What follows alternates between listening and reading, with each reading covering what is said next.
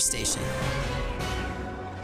9 o'clock at KSL News Radio. I'm Amanda Dixon. KSL's top story this hour. Family members are grieving for loved ones who drowned near the Seven Teacups area northeast of Bakersfield, California.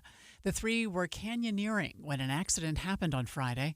Valencia Green, sister of David Bell, says David loved being outside. He felt like he connected with God outside and with friends and people. David was in California with a group of 13 friends. The accident also claimed the lives of friends Janine Skinner and Peter On, who had jumped in the water to help. Bell was co-founder of the Harrington Center for the Arts, a nonprofit in American Fork devoted to supporting the arts. Rangers at Arches National Park are now looking for a man that they presume has been missing for more than a week. The part says that Francis Useorvici, who is a 76-year-old French national, was last seen on Friday, August 16th. They're asking anyone who was near the Sand Dune Arch that day to contact the National Park Service. Our top national story this hour from ABC News. Nearly 36 states are reporting activity of West Nile virus. The climate is getting warmer, so more and more mosquitoes are outside. Experts say to be careful by using bug spray and avoiding spending too much time outside at night. Your money at this moment, the Dow right now up 118. Let's see, that's about 0.3%. We're at 41,293. Coming up, a beautiful day in store and cooler. KSL weather is next. KSL News Time, 9:02.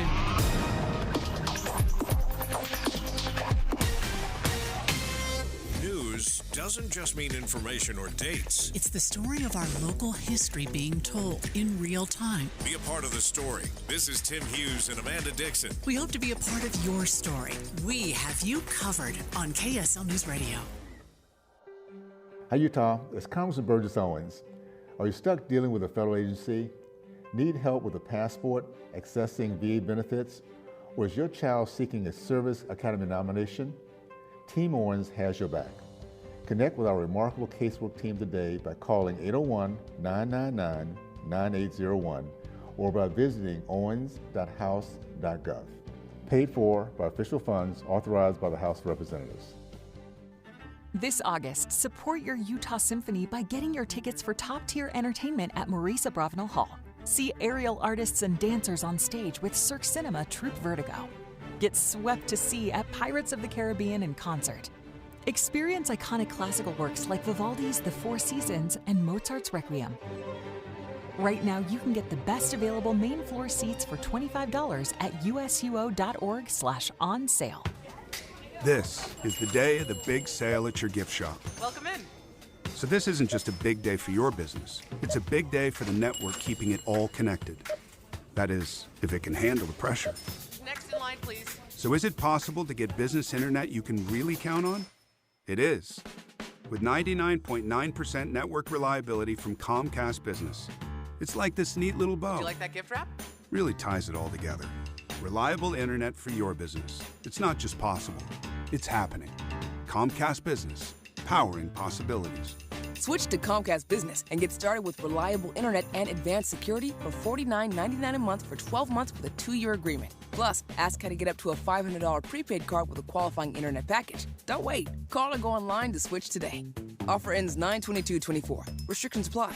New customers only with 150 megabit per second internet. Eagle bill and autopay required. Equipment, taxes, and fees extra. After 12 months, regular rates apply. A secure retirement just doesn't happen by accident. When that day comes, what's most important to you? Are you sure to have more money than month? What about unexpected medical costs? Do you want to leave something to the kids or the grandkids? I'm Jeff Jr. from Trajan Wealth, and I want you to know we specialize in these questions and can help make your retirement dream a reality with some of the highest guarantees in the business. Imagine getting up to a guaranteed 12% growth on your retirement income and up to a 30% bonus up front just for opening an account. If you have funds sitting idle in an old 401k or IRA, consider guaranteeing it to secure the peace of mind you deserve. Don't leave your financial security to chance. Take advantage of the highest guarantees I've seen in my career. Call Trajan today at 801-899-7600. That's 801-899-7600. Or visit us online at TrajanWealth.com. Annuity guarantees are based on the claims-paying ability of the issuing insurance company. Traffic and weather together brought to you by Sinclair's Dino Pay app. Save up to 20 cents per gallon. And here's Heather Kelly. Our longest stretch of delays right now is in the Salt Lake Valley, northbound I-15 between 7200 South and Midvale up to the I-80 East turnoff in South Salt Lake. Seems to be a merging issue onto that connecting ramp. And then you still have the closure of 2100 South westbound. All westbound lanes shut down between 300 and 600 West, as well as accessing the ramps to and from I-15. Use Superior Water and Air for all your HVAC and plumbing needs. Call 974-9090 or visit superiorwaterandair.com. Superior Water and Air. Heather Kelly in the KSL Traffic Center. It'll be cooler today. The highs will only reach the high 70s. Can you believe that? The rest of the week will heat up. But right now, it's 63 degrees. I'm Amanda Dixon from the KSL Common Spirit Health Studios.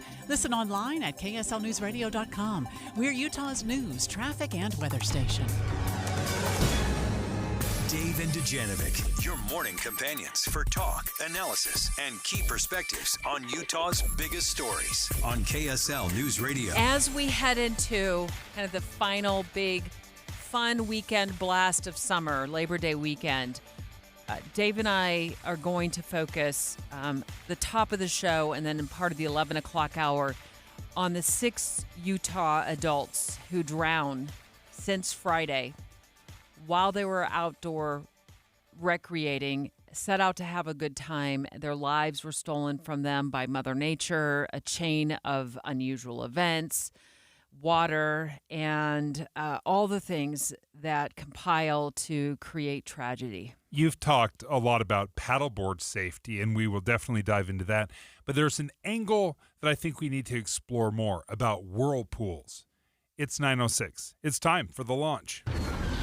Sequence engaged. And here are 3 things that Debbie wants you to know.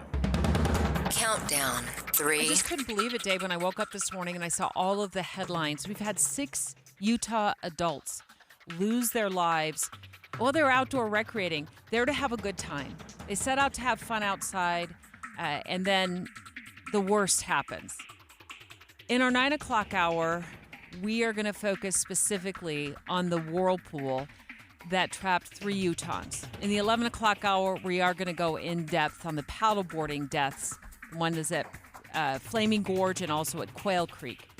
But this whirlpool situation in the Sierra Nevadas killed 3 Utahns. So just the very last little 4-foot drop into a pool. A little 8-foot pool, from the top of the surface, you wouldn't have been able to tell anything was wrong. And the reason it was 3 is because one person after another tried to save each other, and it cost the lives of everybody. Countdown. 2. The plan to reimagine downtown Salt Lake City with a big entertainment district, hockey and restaurants. Well, it's been met with some voter angst. A new survey published in the Deseret News shows more than half of Utah voters oppose the proposed sales tax increase to make this new downtown Salt Lake City a reality, Dave. We should be excited about this. I don't know why we're like just taking our hands and grinding them into sawdust with all of our worrying over 0.5% of sales tax that you will never ever feel. You think, but what if I buy a brand new car? Oh, cars are exempt? Then you should care even less about this 0.5%, folks. I will pitch to you, and I want to calm your hearts. This is still a good thing. You're not going to feel it. Launch countdown. 1. Well, right off the top of the show, we're going to start with this public safety warning from the Lehi Police Department. They've got doorbell camera video. It reveals a mountain lion trotting across lawns there in the Lehi area. Police warning residents to use caution when you're outside. Also saying it's not a good idea to have your kids walk to school today, at least until they figure out what in the world is going on with this mountain lion. And also, look out for your pets. Weren't we just talking about how you should walk to school? How we should have our kids walking to school? Oh, wait, there's a mountain lion? If I were a 10-year-old kid, I would use that line every single day. I would love to walk to school, Mom. except for the mountain lion that is prowling our neighborhood. Dave and Dujanovic. The launch. Commence. Dave and Dujanovic. Special coverage of the top local story. We're going to start by jumping on the line with Faith Jolly with the Division of Wildlife Resources. Ask, what about the mountain lion in Lehi? This doorbell footage of this mountain lion in this Lehi neighborhood, Dave, it's not small. This is not a cute little kitty cat. One video shows it strutting across somebody's lawn in the dark of night with a ton of confidence. And this is in the Woods Drive area of Lehi, if you're familiar with that area. Faith Jolly joins us right now with the Division of Wildlife Resources. Faith, all right, have we found the oversized kitty cat?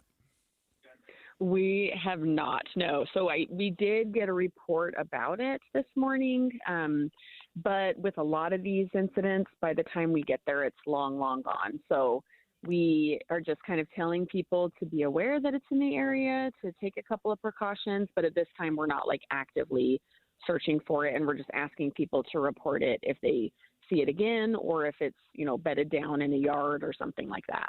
Can you give us an idea, when you say it's in the area, I know some of these animals' range is enormous.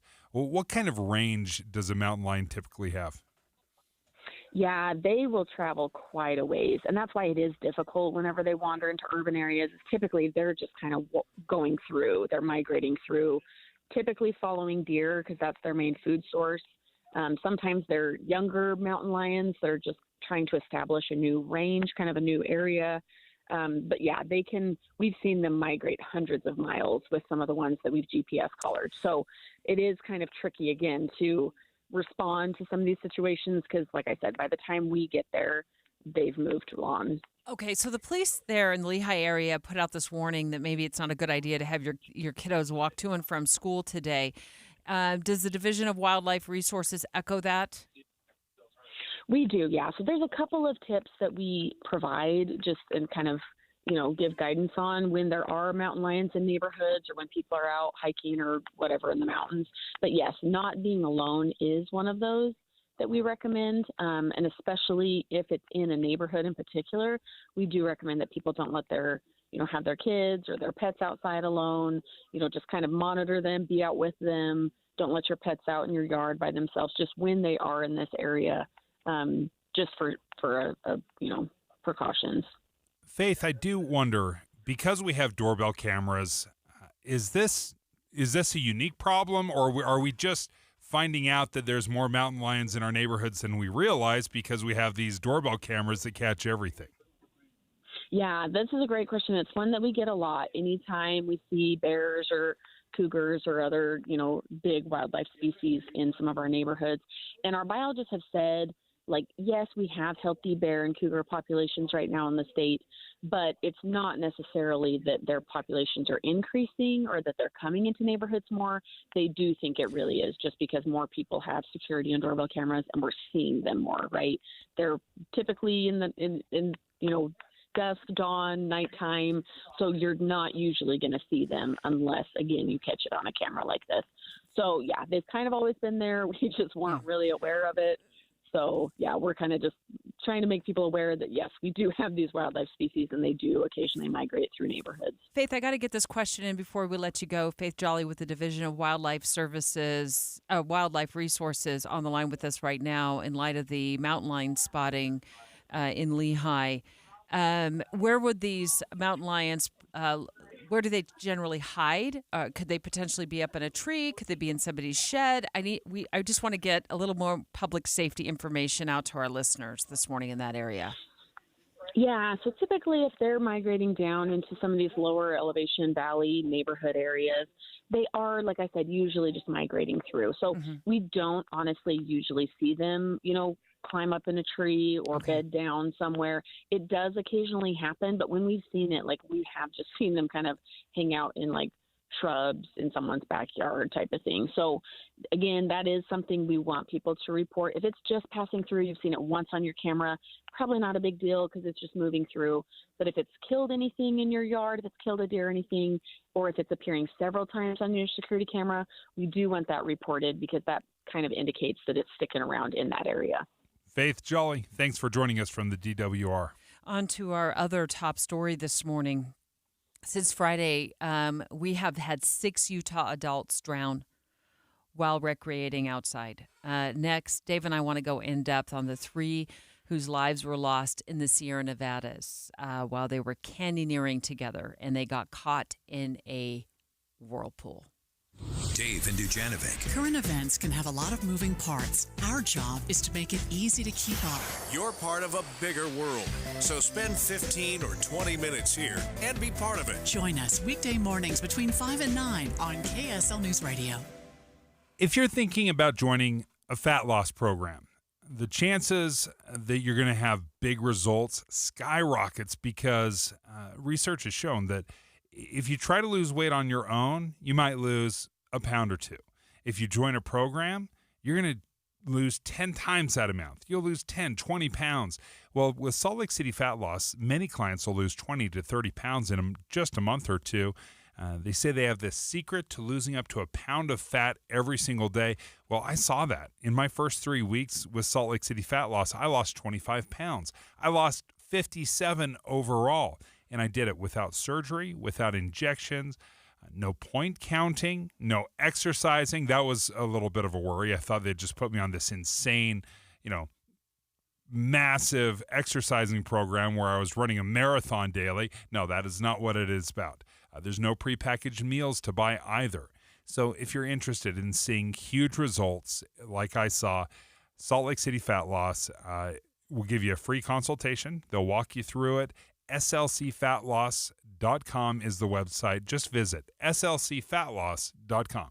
The Cougars are back in the business of rivalry. We have TCU and Baylor, but at the top is Utah and BYU. The big time in the Big 12 just got bigger. The Cougars win it! The Cougars win it! And here come the fans! 5 days to the season kickoff. BYU, Southern Illinois. Listen to Cougar Tracks for updates each day. 7:55 in the morning and 5:55 in the afternoon on Utah's legacy home of the Cougars. KSL News Radio. As fall approaches, you have a lot to prepare for. Back to school, sporting events, family gatherings, and staying on top of your health.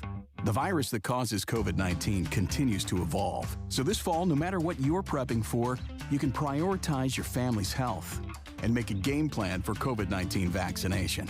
Ask your doctor or pharmacist to learn more. Sponsored by Pfizer. Every business faces challenges, but complicated, expensive, and uncertain shipping shouldn't be one of them.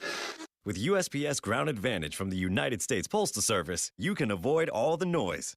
No more unexpected surcharges, hidden fees, or complex rate structures. It's just easy, cost-effective, and dependable shipping. Tune your business's frequency to success and turn shipping to your advantage. Learn how at USPS.com/advantage. USPS Ground Advantage. Simple, affordable, reliable. Tim Jr. here from RGS Exteriors. Did you know that we offer 3 distinct styles of gutter protection? Each one meant to handle a specific leaf problem. You might not even know there are different styles of gutter protection, but there are. And if you pick the wrong one, it could be a huge waste of money. Now, the big gutter guard companies won't tell you this. They try to sell you a one-size-fits-all gutter guard. And it could be completely wrong for the amount and types of trees and leaves you have. Not RGS Exteriors. We understand which kind of leaf problem needs which kind of gutter guard. We'll do an in-depth evaluation to assess the types, locations, and numbers of trees in your yard. Based on that data, we match your home to the right gutter guard. So don't risk wasting money on the wrong gutter protection. For a free evaluation and estimate, call RGS Exteriors at 801-280-3110 or visit rgsexteriors.com. That's 801-280-3110 or rgsexteriors.com. Beehive Plumbing now offers premier service. 10 years of coverage on both parts and labor. Call or visit beehivepremier.com for expert experience every time. Life can feel hard or overwhelming sometimes, but you don't have to face things alone. Getting help for yourself or someone you're worried about starts with a call or text to 988, where you always have someone to talk to, someone to help you, and somewhere safe to go.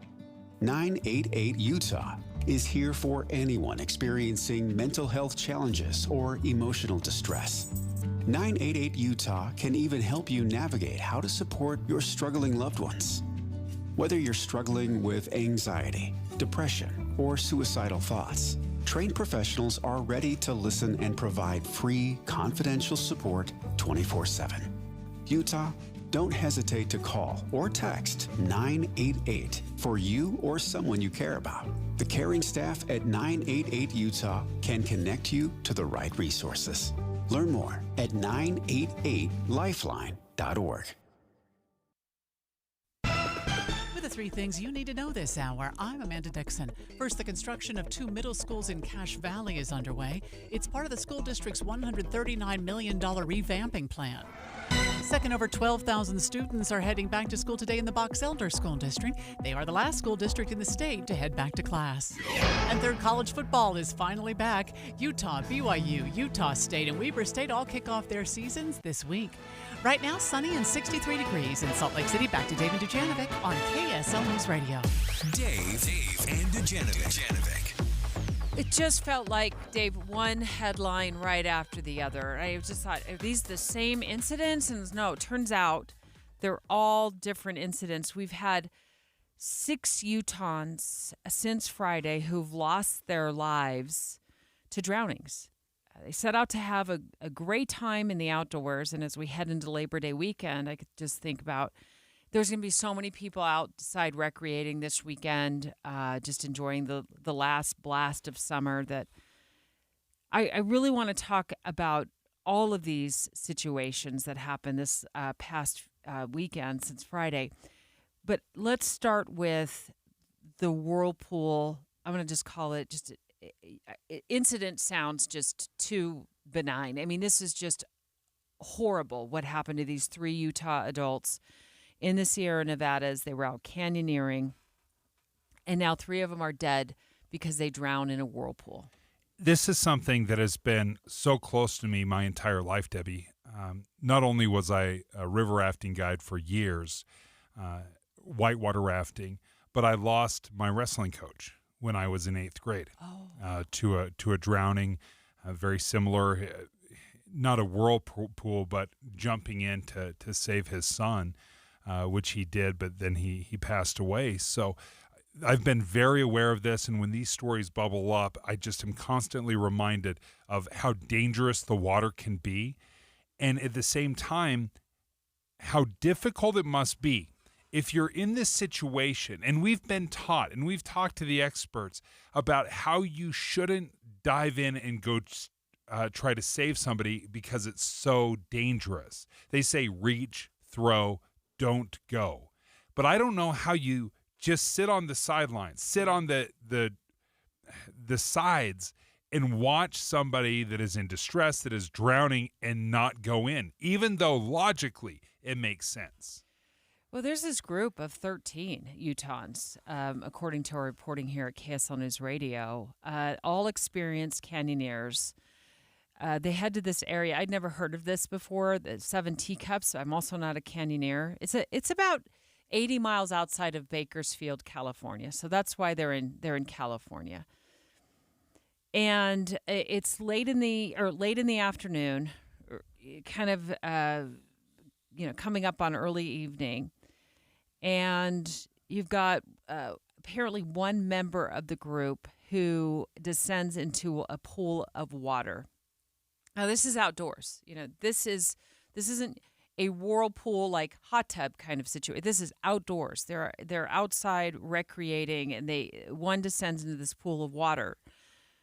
Well, it sounds like, from what KSL Television's Garna Mejia has been able to uncover by talking to 2 of the sisters of one of the drowning victims, whose name is David Bell, is that they were caught off guard that this water had some hidden dangers lurking in it. So just the very last little 4-foot drop into a pool. A little 8-foot pool, from the top of the surface, you wouldn't have been able to tell anything was wrong. David's dear friend, Janine Skinner, was the first to jump in.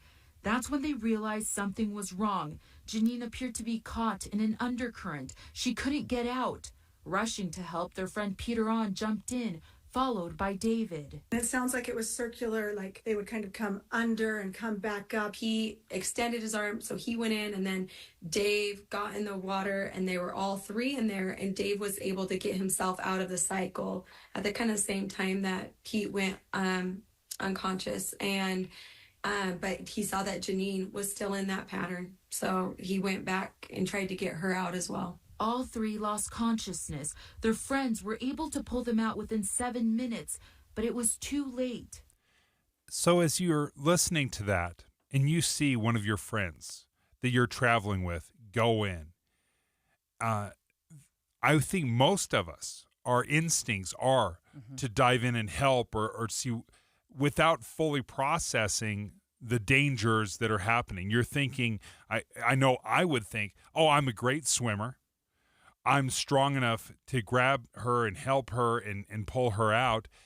And it was incredible as she was describing David Bell, who went in, got out, and then went back in a second time. And then all three ended up drowning. And they were recovered, like she said, in less than 10 minutes. But it was too late. And one of the sisters said that there seemed to be some sort of a circular current that might have been caused by a large rock or log that was in that area, or kind of swept into that area, or got pushed into that area. What I thought of when you hear that Janine Skinner rappelled into this pool, and then they see that she gets into trouble in this whirlpool, is it's so hard to know the dangers that are lurking under the water. And I am really unfamiliar with what causes a whirlpool, and even, can you spot them? Or once you get in it, is it too late? Or how to swim out of it? And then David frees himself, but then goes back, as you said, to help save Janine. And I'm sure he was, I'm going to guess, I don't know for sure, but it's just got to be absolutely exhausting. It is. It's unbelievably exhausting. And even having spent as much time as I have in whitewater, and you get caught in various whirlpools. We have big personal flotation devices, big life jackets that'll keep you up. And some are very weak in that you can swim out of fairly easily. Some are very strong. And then others will actually pull you under the water. And I can walk through, let's do this in about 10 minutes or so. I can walk through my knowledge of the whirlpools that you'll encounter, because I think sometimes we build up in our head, oh, these whirlpools are so big and you can see them and they suck ships down, and that is not like an underwater tornado. Yes, exactly. Yeah. Like when you're draining your bathtub and you see the kind of the whirlpool form around the drain, they don't look like that. They're not as obvious. And then when you were talking about a rock or a log, there's a constant change in nature where a log will shift or a rock will fall down that will change radically a river or will change the dangers. Yeah. And that is in part why it's so important to have experienced guides. And I'm not saying that these people were not at all. I'm just reiterating to everyone else that thinks, oh, I could probably do that. That looks safe. Make sure you have somebody with experience and a guide that knows these subtle changes that are happening on the river. We're talking about 3 Utah adults who lost their lives it was over the weekend. We got word that they succumbed to a whirlpool. They were out canyoneering in the Sierra Nevadas, and one of them got in this pool area, and then lo and behold, it was a whirlpool. And then it just seems like all horrible things started to unfold there. And you touched on, how do you possibly say no? How do you not in that moment become a David Bell to jump in and then go in again and go in again and fight with all you have to save your friends? I would like to think I'd be logical in the moment to realize that Mother Nature's working against me, and so I'm not going to be of any I don't know if I could save this person. However, when you are friends with somebody, you love somebody, you see somebody in distress, I think the first thing I would do is go in. And you have to know when it is safe to go in and when it is not safe to go in. And I can tell you right now, I've definitely gone in to rescue people. Have you? I definitely have. And I can tell you how I calculated whether or not it was safe or not to rescue, or when you have to just fight through it or just let them try to throw let something. them go. Try to throw something to maybe pull them out. Okay. Dave will take us in depth on his experience with hidden whirlpools next. 9:30 at KSL News Radio. I'm Amanda Dixon. Our top story this hour, Corey Richins will be back in court today for a preliminary hearing. A judge will determine if prosecutors have enough evidence against her to proceed with a murder trial. Richins also faces several felony charges for mortgage fraud, forgery, and insurance fraud. Cedar City Police Department is using an online reporting system to help respond to calls after answering nearly 37,000 calls last year. KSL News Radio's Virl Johansson has more. The department answered almost 700 calls each week last year. Cedar City Police Chief Darren Adams told Cedar City News that some officers left because of the workload. The online reporting system gives Southern Utahns a place to report tips and crimes that aren't actively happening. Since using the system, the department estimates they've saved officers more than 200 hours of work and over $5,000. Our top national story this hour from ABC News, travelers in Seattle are stranded after a possible cyber attack. Authorities are still trying to figure out who is behind it. The outage has impacted thousands at the Seattle-Tacoma International Airport right before we get into Labor Day travel. Your money at this moment, the Dow is up 9 points right now. We're at 41,184.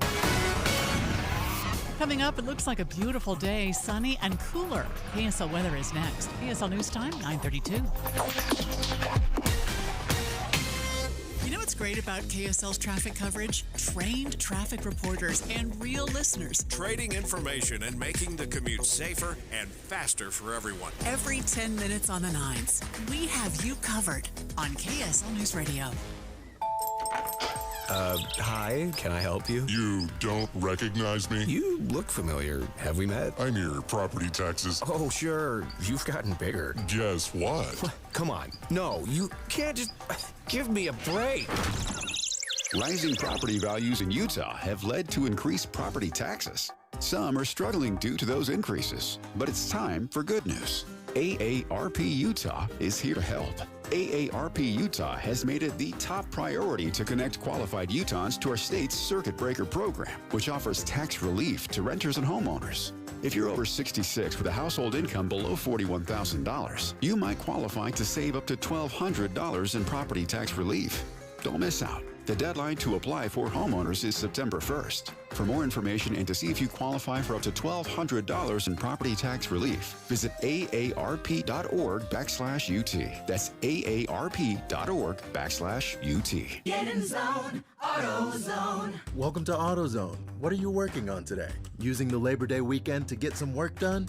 We got you. Stop by any store to save on oil, fuel system cleaner, wipers, and more.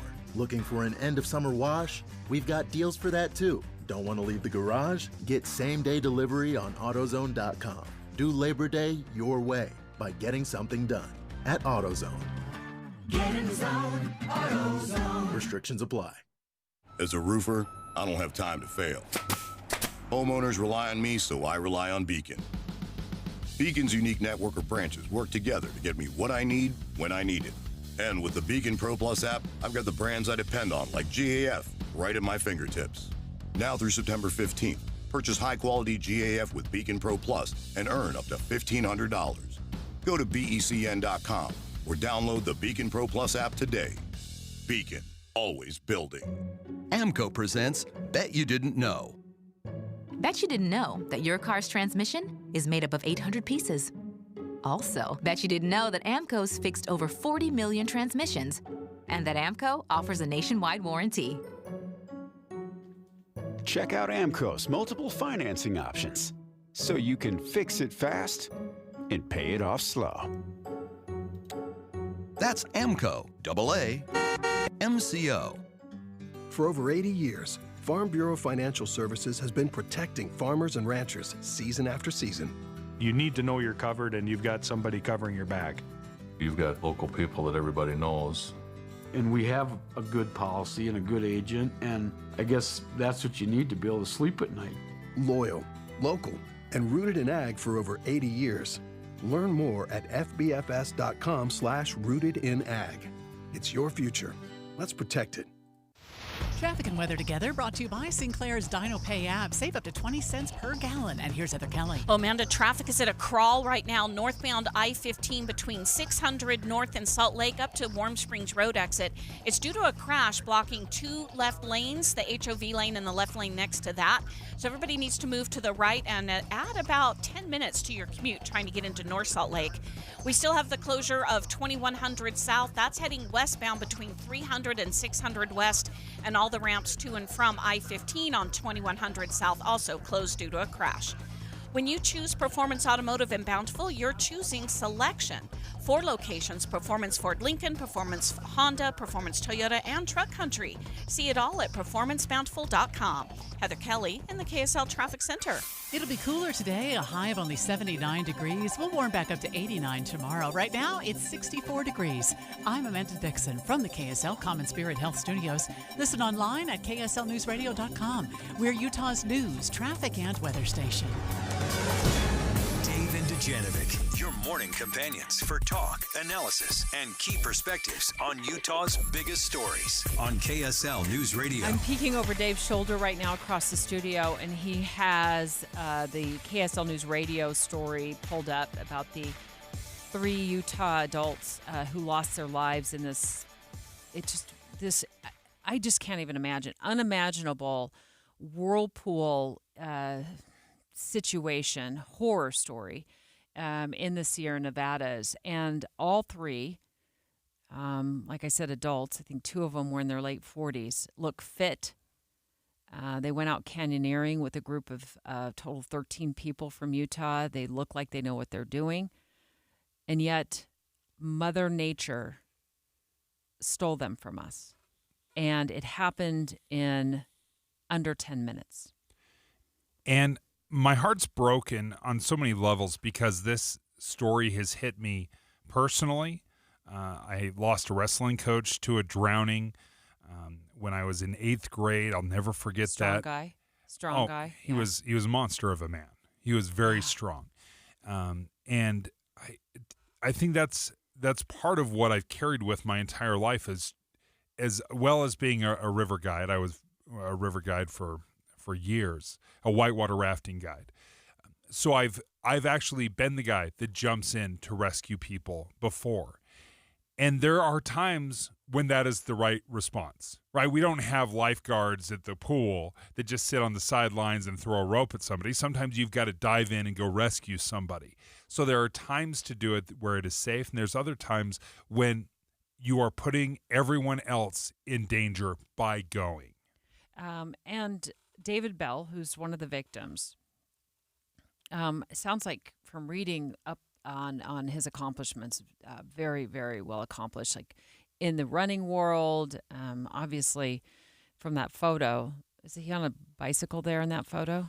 He's got all his canyoneering gear on. Oh, canyoneering gear. Yeah, he's actually attached to a rope. He's got his harness, his carabiners. Well, KSL Television spoke to his sisters, and it seems like they were in the Sierra Nevadas. We've talked about that. They were about 80 miles outside of Bakersfield, California. They were with a larger group, and then one of them rappels into a pool. Well, unbeknownst to them, there was a hidden danger of a whirlpool swirling around. So just the very last little 4-foot drop into a pool. A little 8-foot pool, from the top of the surface, you wouldn't have been able to tell anything was wrong. And David spent quite a bit of time trying to rescue his friend Pete and Janine.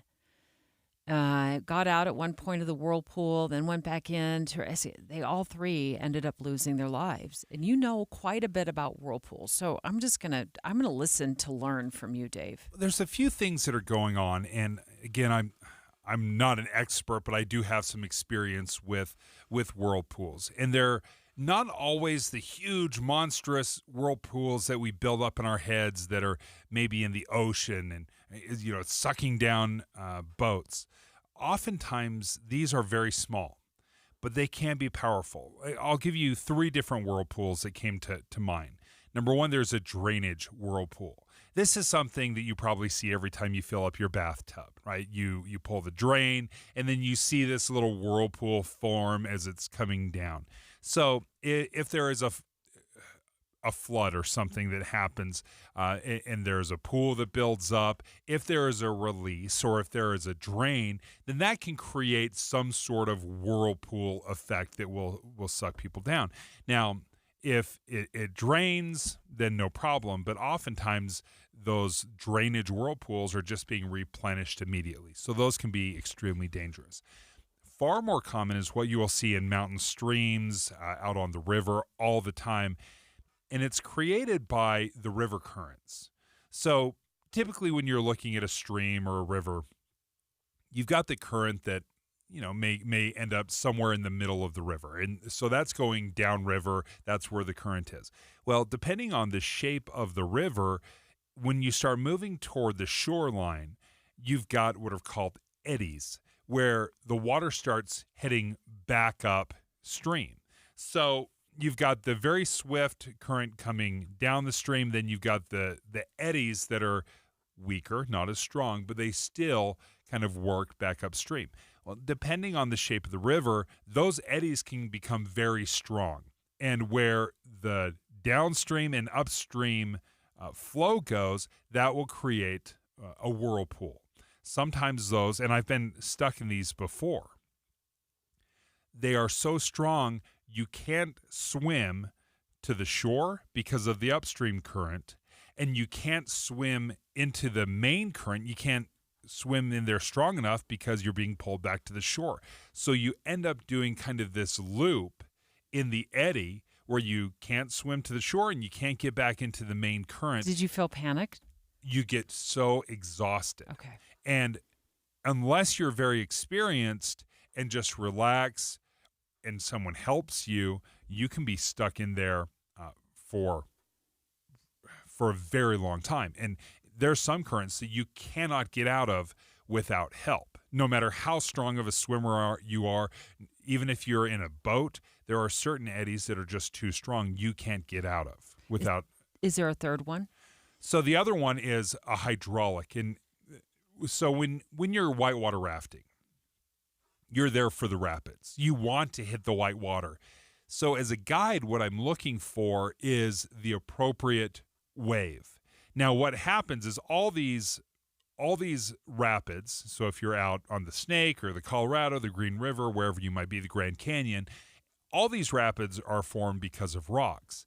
Now, what happens, a safe rapid, the water will go over the rock, it will go down, you'll drop down into the hole, and then it comes up and over, and it just kind of gives you this wave. And now it'll crash and it'll get you wet. What a hydraulic does is when the water goes over the rock, instead of just dropping down a little bit and then popping up, the water that's going over the rock goes almost directly down, like straight down to the river floor. And then it travels down along the river floor, and then it starts popping up. Then it starts coming up. And what it does is it creates this suction event. So over the rock, down to the floor, runs, forward a little bit, and then it kind of circles back under itself.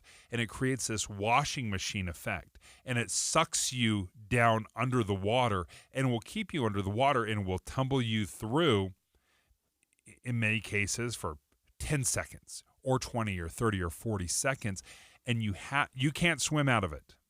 You just get sucked under. You have to hold your breath and wait for the cycle to either spit you out or surface because you're under the water. People can't really rescue you from it. You're just waiting for the river to spit you out, essentially. I almost lost my brother in a hydraulic on a very small river, on a very, I wouldn't say a small rapid, but not a rapid that that is terrifying. And he got sucked into one of these hydraulics, kind of a whirlpool-esque where it sucks you under. My dad was just below the rapid. He was watching him, and he was just scanning because he saw him go into the water, and he was under the water for 30 seconds before he popped up downriver. And he was gasping and barely survived. He said he was starting to black out. So the moral of the story here is this was from people that we were experts. We've been on down these rivers a million times. And even with our expert level knowledge, bad stuff happens. Something horrible did happen this weekend to 3 Utah adults who lost their lives in a whirlpool. Don't know if it's exactly the ones that you described, but it sounds harrowing. It sounds awful. It sounds scary.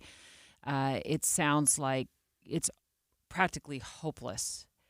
But let's get the Utah Division of Outdoor Recreation to join in on the conversation, Dave. And perhaps between you and Ty Hunter, you can walk us through what to do if you get caught in a whirlpool. Dave and Dujanovic. Here's a trick to podcasting at work and getting all the Utah news you love. Download the KSL News Radio app. The podcast for Utah's morning news and Dave and Debbie are right there. Dozens of podcasts a day. That's the app for KSL News Radio. None of these 7 people scored the winning touchdown in last year's championship game. None have gone into space or gone on tour with Taylor Swift. Yet 7 special people in the community deserve your attention. And September 7th at the Utah Valley Convention Center, starting at 6 p.m., you can give it to them. Join Community Action Services and Food Bank in celebrating the contributions of 7 extraordinary members of the community. Then see the premiere of the Food and More store, a pop-up giving experience you can only experience at this event. Plus, you'll have the chance to peek inside their new mobile food pantry. Dinner, live music, entertainment. Get details now on how you can be a part of this exceptional community night. Visit casfb.org and learn more about the evening, the individuals being honored, and how to be there to take it all in. casfb.org. Community Action Services and Food Bank, providing food and more to neighbors in need in Wasatch, Summit, and Utah counties. At KSL News Radio, we have a 30-year legacy of honoring Utah teachers, but we can't do it without your help. Please tell us about an important teacher in your life on the KSL Teacher Tribute Wall, presented by Cypress Credit Union. Each month, one lucky teacher wins a $500 gift card from Cypress Credit Union, a $250 gift card to Harmon's, plus season tickets to Hale Center Theater. Say thanks to your teacher today at kslnewsradio.com/teacher from Cypress Credit Union and KSL News Radio. Why choose a Sleep Number smart bed? Can I make my side softer? Can I make my side firmer whenever I want? Can we sleep cooler? Sleep Number does that. Cools up to 8 times faster and lets you choose your ideal comfort on either side. 94% of Sleep Number smart sleepers report better sleep. And now, during our biggest sale of the year, save 50% on the Sleep Number limited edition smart bed. Plus free home delivery on select smart beds when you add any base. Ends Labor Day. To find a store near you, visit sleepnumber.com. Hypertrophic cardiomyopathy is a serious heart condition. Some symptoms include being short of breath, feeling tired, or having dizziness or chest pain. My HCM impacted how I felt and what I could do. So I asked my cardiologist about treatment advances that gave me new options. That conversation was big for me. That's why I'm working with Bristol Myers Squibb to raise awareness about HCM and to help others like me. Talk to your cardiologist today and visit hcmrealtalk.com to learn more.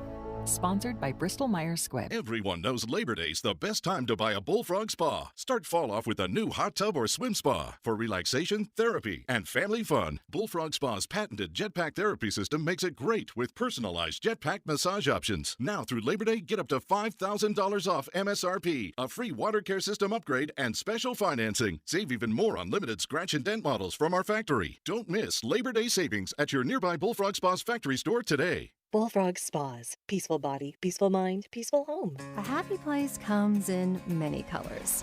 One that leaves you feeling refreshed. Something that gets you all fired up. Or gives you the space to chill. Whatever your color, bring happiness home with CertaPro Painters and make your happy place your home. CertaPro Painters, that's painting happy. Get started today at CertaPro.com. Each CertaPro Painters business is independently owned and operated. Contractor license and registration information is available at CertaPro.com. This is Derek Overstreet of the New Millennium Group and host of Stop Working and Start Living Radio. If you're close to or in retirement and you don't have a tax plan, call us right now. 888-999-6370. That's 888-999-6370. Listen, our country's been spending like never before, and the tax bill is coming soon. If you need an income tax strategy and a financial plan that will get you through the rest of your life, give my team a call, 888-999-6370. That's 888-999-6370. If you want an investment plan that allows you to keep more of your gains and pay less taxes, give us a call, 888-999-6370. My team specializes in the type of plan that will get you retired 3 to 5 years sooner than you thought possible. So, get a no-cost tax analysis by calling 888-999-6370. That's 888-999-6370. My team is standing by now. With the 3 things you need to know this hour, I'm Amanda Dixon. First, Lehi City is warning residents about a mountain lion sighting this morning near Woods Drive, and then again at 800 West, 900 North. The city is asking people to stay alert. Second, Corey Richens will be back in court today for a preliminary hearing. A judge will determine if prosecutors have enough evidence against her to proceed with a murder trial. She is accused of killing her husband and writing a children's book about grief. And third, there is a new program to recycle broken or unwanted pickleballs in Salt Lake City. Their first collection to be recycled was around 200 pickleballs from Fairmont Park.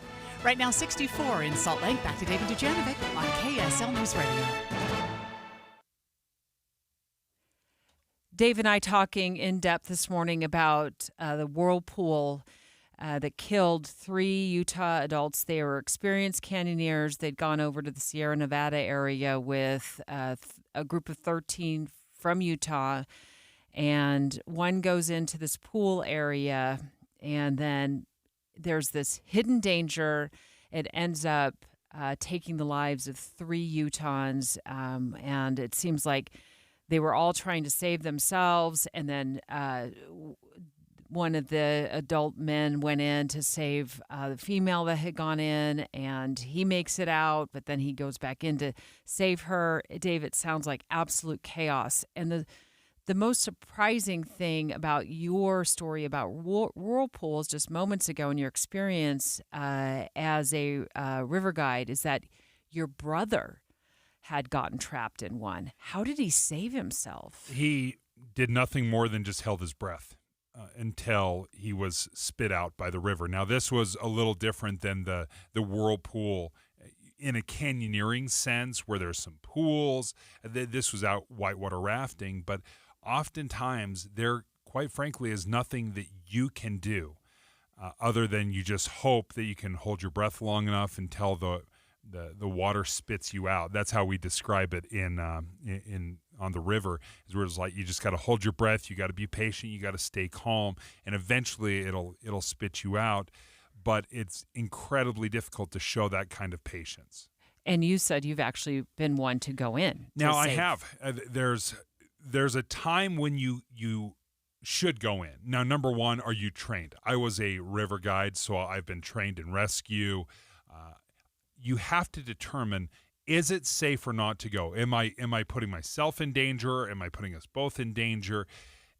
There's times, like we have lifeguards, right, at the pools. We don't just ask them to stay on the sidelines. There's times when it is appropriate to go.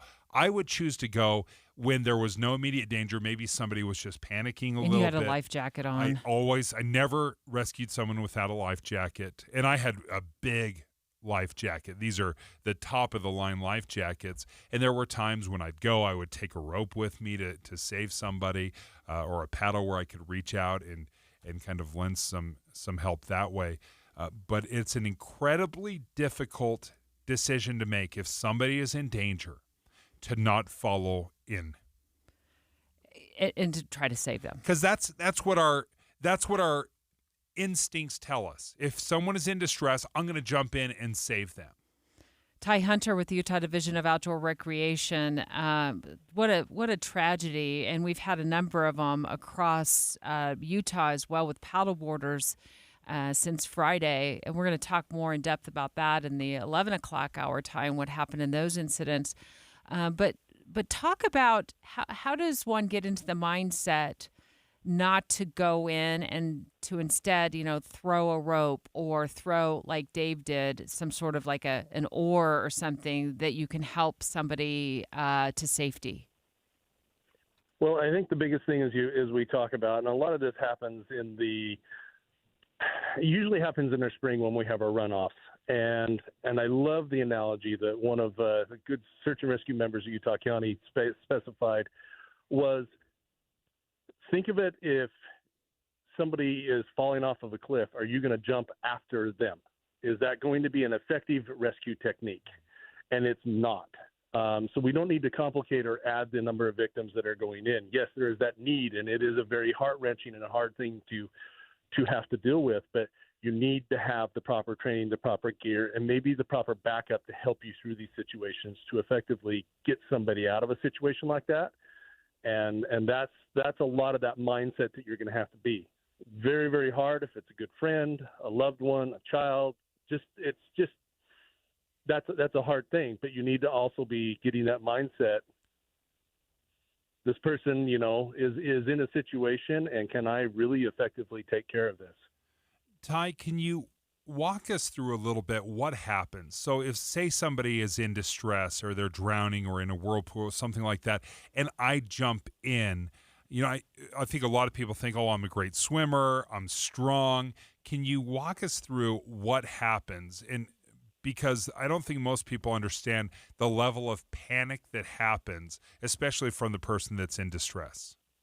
Usually, yeah, that person in distress, they're going to be awfully panicky. They're going to try to do anything they can, and anything they can will result in potentially pushing you under the water. And so with that whole deal is they talk about water rescues and rescue swimmers going in, lifeguarding, always approach your victim from the back, be able to grab hold of them, to bring them in. You're probably going to get elbowed. They're going to push down on you. That's why you need to have your a flotation device and potentially a device for them. And I'm talking from a lifeguarding perspective. But when we start to get into open water, a lot of these open water rescues are not really, we don't have lifeguards in the state of Utah. And so we get a lot of people that we get a victim in trouble, and then we have somebody go out after them. We already know if we have one person out in the water, there's a potential of something going south with that.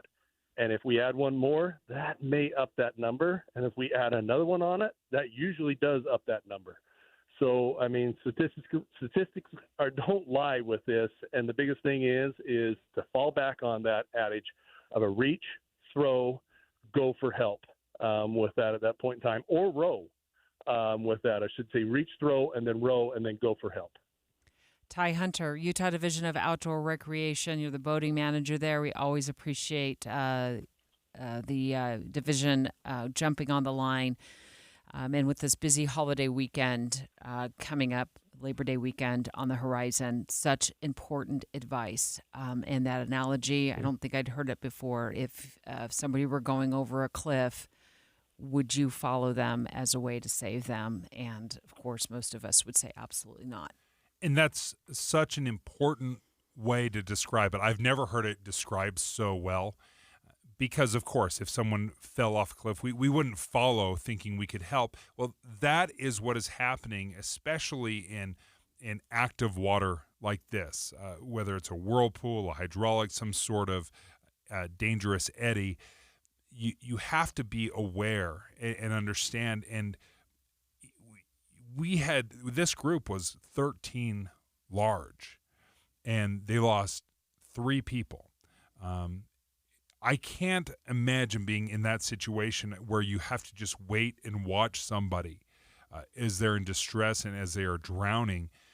But as he was describing, it's just so incredibly dangerous.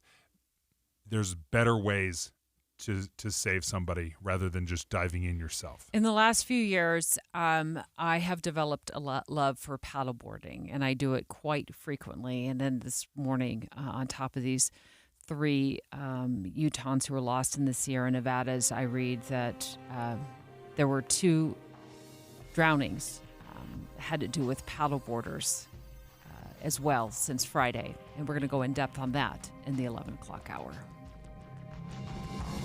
KSL FM Midvale. KSL Salt Lake City. From the KSL Common Spirit Health Studios, this is KSL News Radio. Utah's news, traffic, and weather station. It's 10 o'clock at KSL News Radio. I'm Dan Bomas. KSL's top story this hour: high school rivalries were set aside as people gathered last night to honor a 16-year-old who'd been stabbed and killed over the weekend. KSL News Radio's Verl Johansson has that story. Kean Hamilton played baseball for Jordan High School and was going into his sophomore year when he died. KSL TV reports baseball players from other high schools joined family and friends at the school to honor Hamilton, a kid known for working hard and his contagious smile. Phone flashlights and candlelights were held high as people shared stories about Hamilton. Some of his teammates say they won't be touching any baseball gear for a while.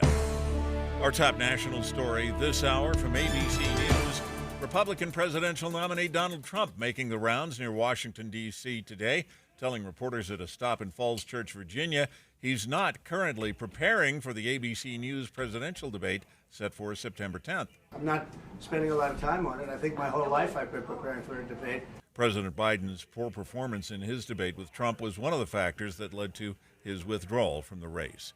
Your money at this moment: the Dow Jones average up just a bit, 13 points. The NASDAQ, on the other hand, down 184 points right now.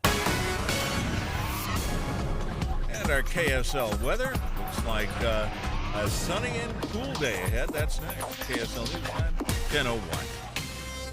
We hope you have the right app on your phone for news. You probably have dozens. But the KSL News Radio app, well, it makes our live stream super easy. Plus, our talk shows are right there as podcast for your workday. That's the app for KSL News Radio. It's me again. And of course, I'm at the annual fall extravaganza at J&J Garden Center in Layton. And what a great time to buy. Right now, all containerized trees, all shrubs, and all perennials are 20% off. You heard me right. J&J's entire inventory of containerized trees, shrubs, and perennials are 20% off their regular price. J&J Garden Center definitely has the best products at the best price, and most definitely the best service, too. But don't take my word for it. Come experience J&J Garden Center for yourself. Take advantage of their incredible fall tree, shrub, and perennial extravaganza. Take the Layton Parkway exit, Main Street to Gentile, then west 2 miles. You've got to see it to believe it. You really do. Country grown to your home, J&J Garden Center. As fall approaches, you have a lot to prepare for. Back to school, sporting events, family gatherings, and staying on top of your health. The virus that causes COVID-19 continues to evolve. So this fall, no matter what you're prepping for, you can prioritize your family's health and make a game plan for COVID-19 vaccination. Ask your doctor or pharmacist to learn more. Sponsored by Pfizer. Every business faces challenges, but complicated, expensive, and uncertain shipping shouldn't be one of them. With USPS Ground Advantage from the United States Postal Service, you can avoid all the noise. No more unexpected surcharges, hidden fees, or complex rate structures. It's just easy, cost-effective, and dependable shipping. Tune your business's frequency to success and turn shipping to your advantage. Learn how at USPS.com/advantage. USPS Ground Advantage. Simple, affordable, reliable. This Friday, join KSL News Radio and NPS from 10 to 1 as the movie show stops by. Then, browse and uncover what makes NPS so great. With 4 locations, NPS takes a new inventory every day. Then, they check all competitors' retail pricing before marking items down 20 to 70% off. You're invited to visit the movie show this Friday from 10 to 1. And that's the first step to discovering NPS. Visit NPSstore.com to begin your own NPS adventure. NPSstore.com. Traffic and weather together, brought to you by Sinclair's Dino Pay app. Save up to 20 cents per gallon. Here's Heather Kelly. The traffic is still at a crawl as you leave downtown Salt Lake City, head north on I-15, all the way up to Warm Springs Road. It's due to a crash that had been blocking 2 left lanes. Now just the HOV lane and left shoulder are blocked, but traffic's still at a crawl through that stretch.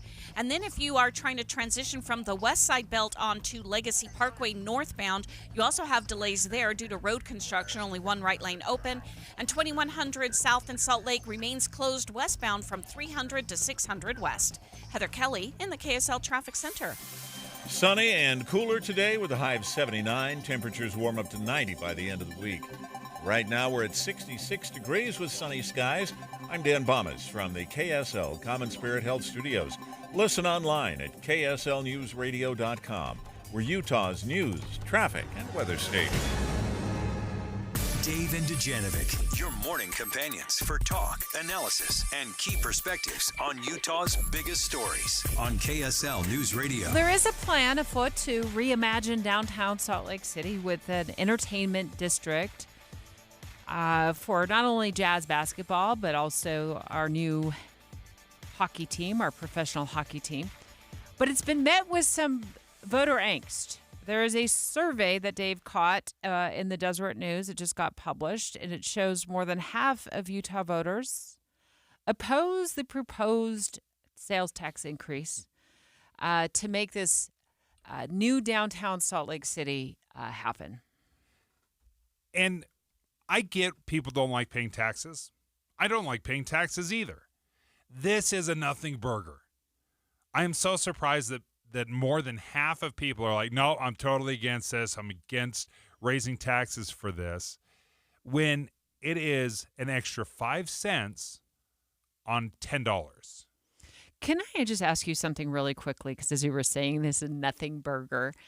I thought, do you have an inherent bias because you spent most of your career covering sports as a sports producer? I just want to put that on the table. That's fair.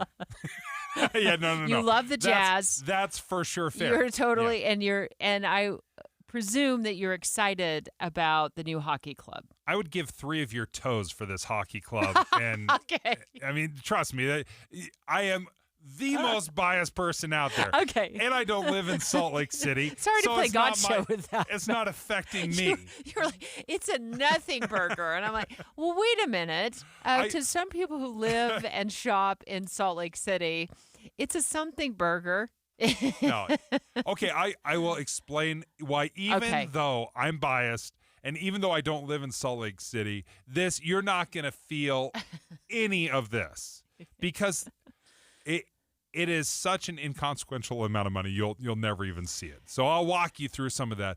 But I was surprised that 53% of people oppose it. Mm-hmm. So this was the follow-up question that I would have loved to have seen. Was, okay, so if you oppose it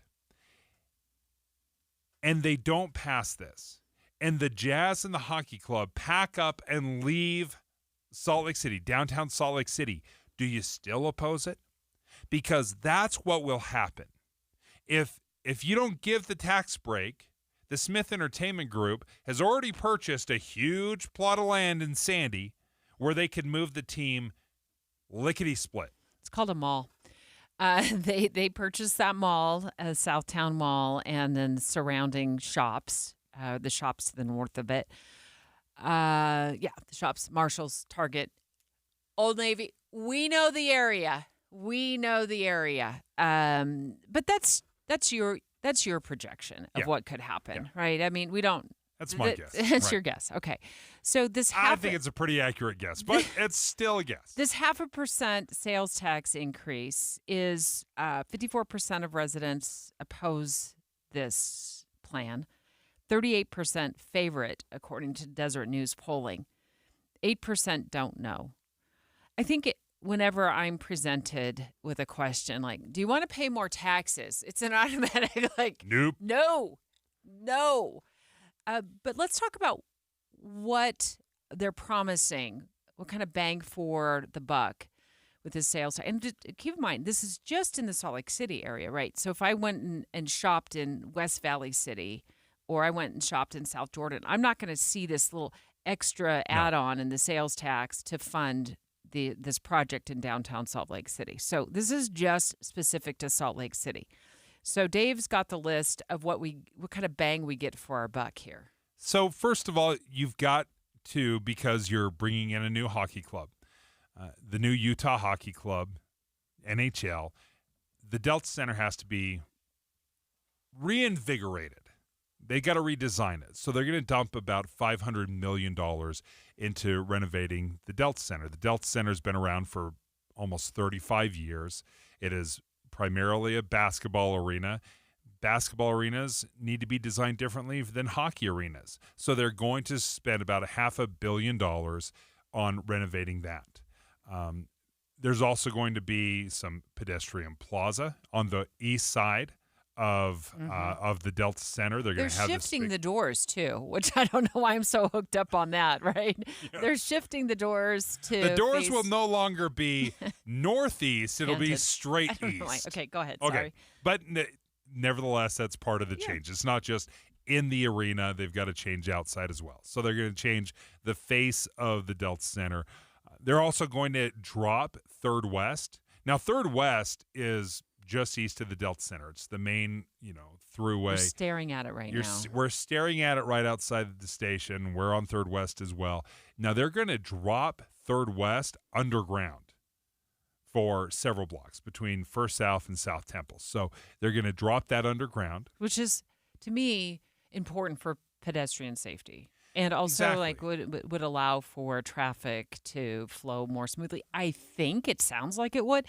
But then you're not competing. Cars aren't competing with pedestrians. I think when I first heard that, I'm like, what?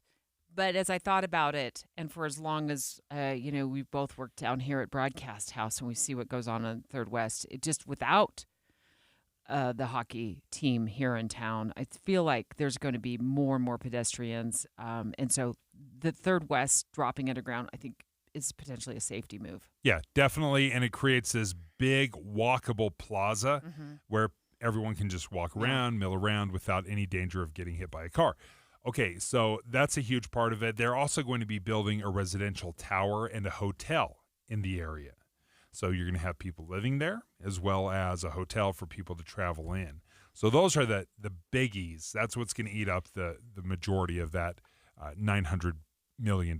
So if you were a pitch man for a 0.5% sales tax increase, how would you go about convincing these 54% of voters who oppose it that it might be a good move?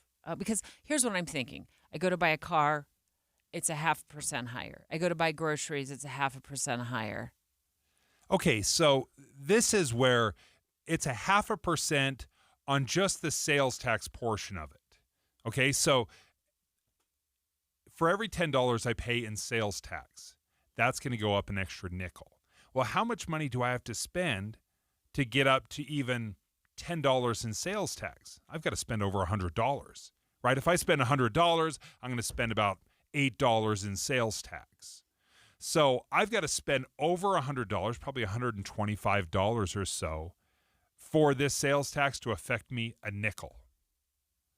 So how much of that are you really going to feel? What about the car angle that I brought up, the grocery angle? Okay, that is a great carve out that they've made. They said this will not affect anything on groceries. So any grocery purchases, you're not going to get hit with that 0.5% increase. And any large purchases, like a vehicle, a car, same thing. Those aren't going to be hit by this. So this is if you're buying a jersey, if you're going out to dinner before a Jazz game, or if you want to buy a hockey sweater, that's what's largely going to drive this tax increase. It's not going to be, hey, I'm not going to buy a Lexus now downtown because I'm going to get hit with this. You won't. No, they've carved that out. Okay. At least according to Dennis Romboy of the Deseret News. He wrote a great article. You can read all the details, but he explains it and says that groceries won't be affected and large purchases like cars. So one of the cries that I hear that oppose any sort of taxpayer funding and it's not just here in Utah. I've heard it across the country on other projects that involve major league professional sports teams that are in arenas that are built. Is taxpayers shouldn't have to fund a billionaire's pet project. If you're the pitch man again, what are you saying to that, Dave? We invest all the time into companies, and that's essentially what you're doing. Even if it is a billionaire basketball owner, think of the money, the public money that we put into the arts. You look at the Capitol Theater, you look at a Bravenel Hall. How often do we invest public money into these projects? Well, we do it because it's the arts. Well, you got to invest in the arts, right? Well, why are we investing in the arts and not sports? And also, you have to remember, they've already committed to investing, the Smith Entertainment Group, about $3 billion into this project. Their own money. Okay. Yeah. Right. So they're going to invest $3 billion of their own money for renovations. The $900 million, this is going to be over 30 years. This is spread on out. the sales tax. So increase. This isn't $900 million in perpetuity every year. This is $900 million overall. So you got to balance it. You got to figure out, okay, is it worth it to bring $3 billion worth of building into this area for $900 million of public money? I think absolutely. It doesn't directly affect Utah. Like, this isn't a tax all across of Utah. It's just to the isolated area that is affected. Do you agree or disagree with Dave?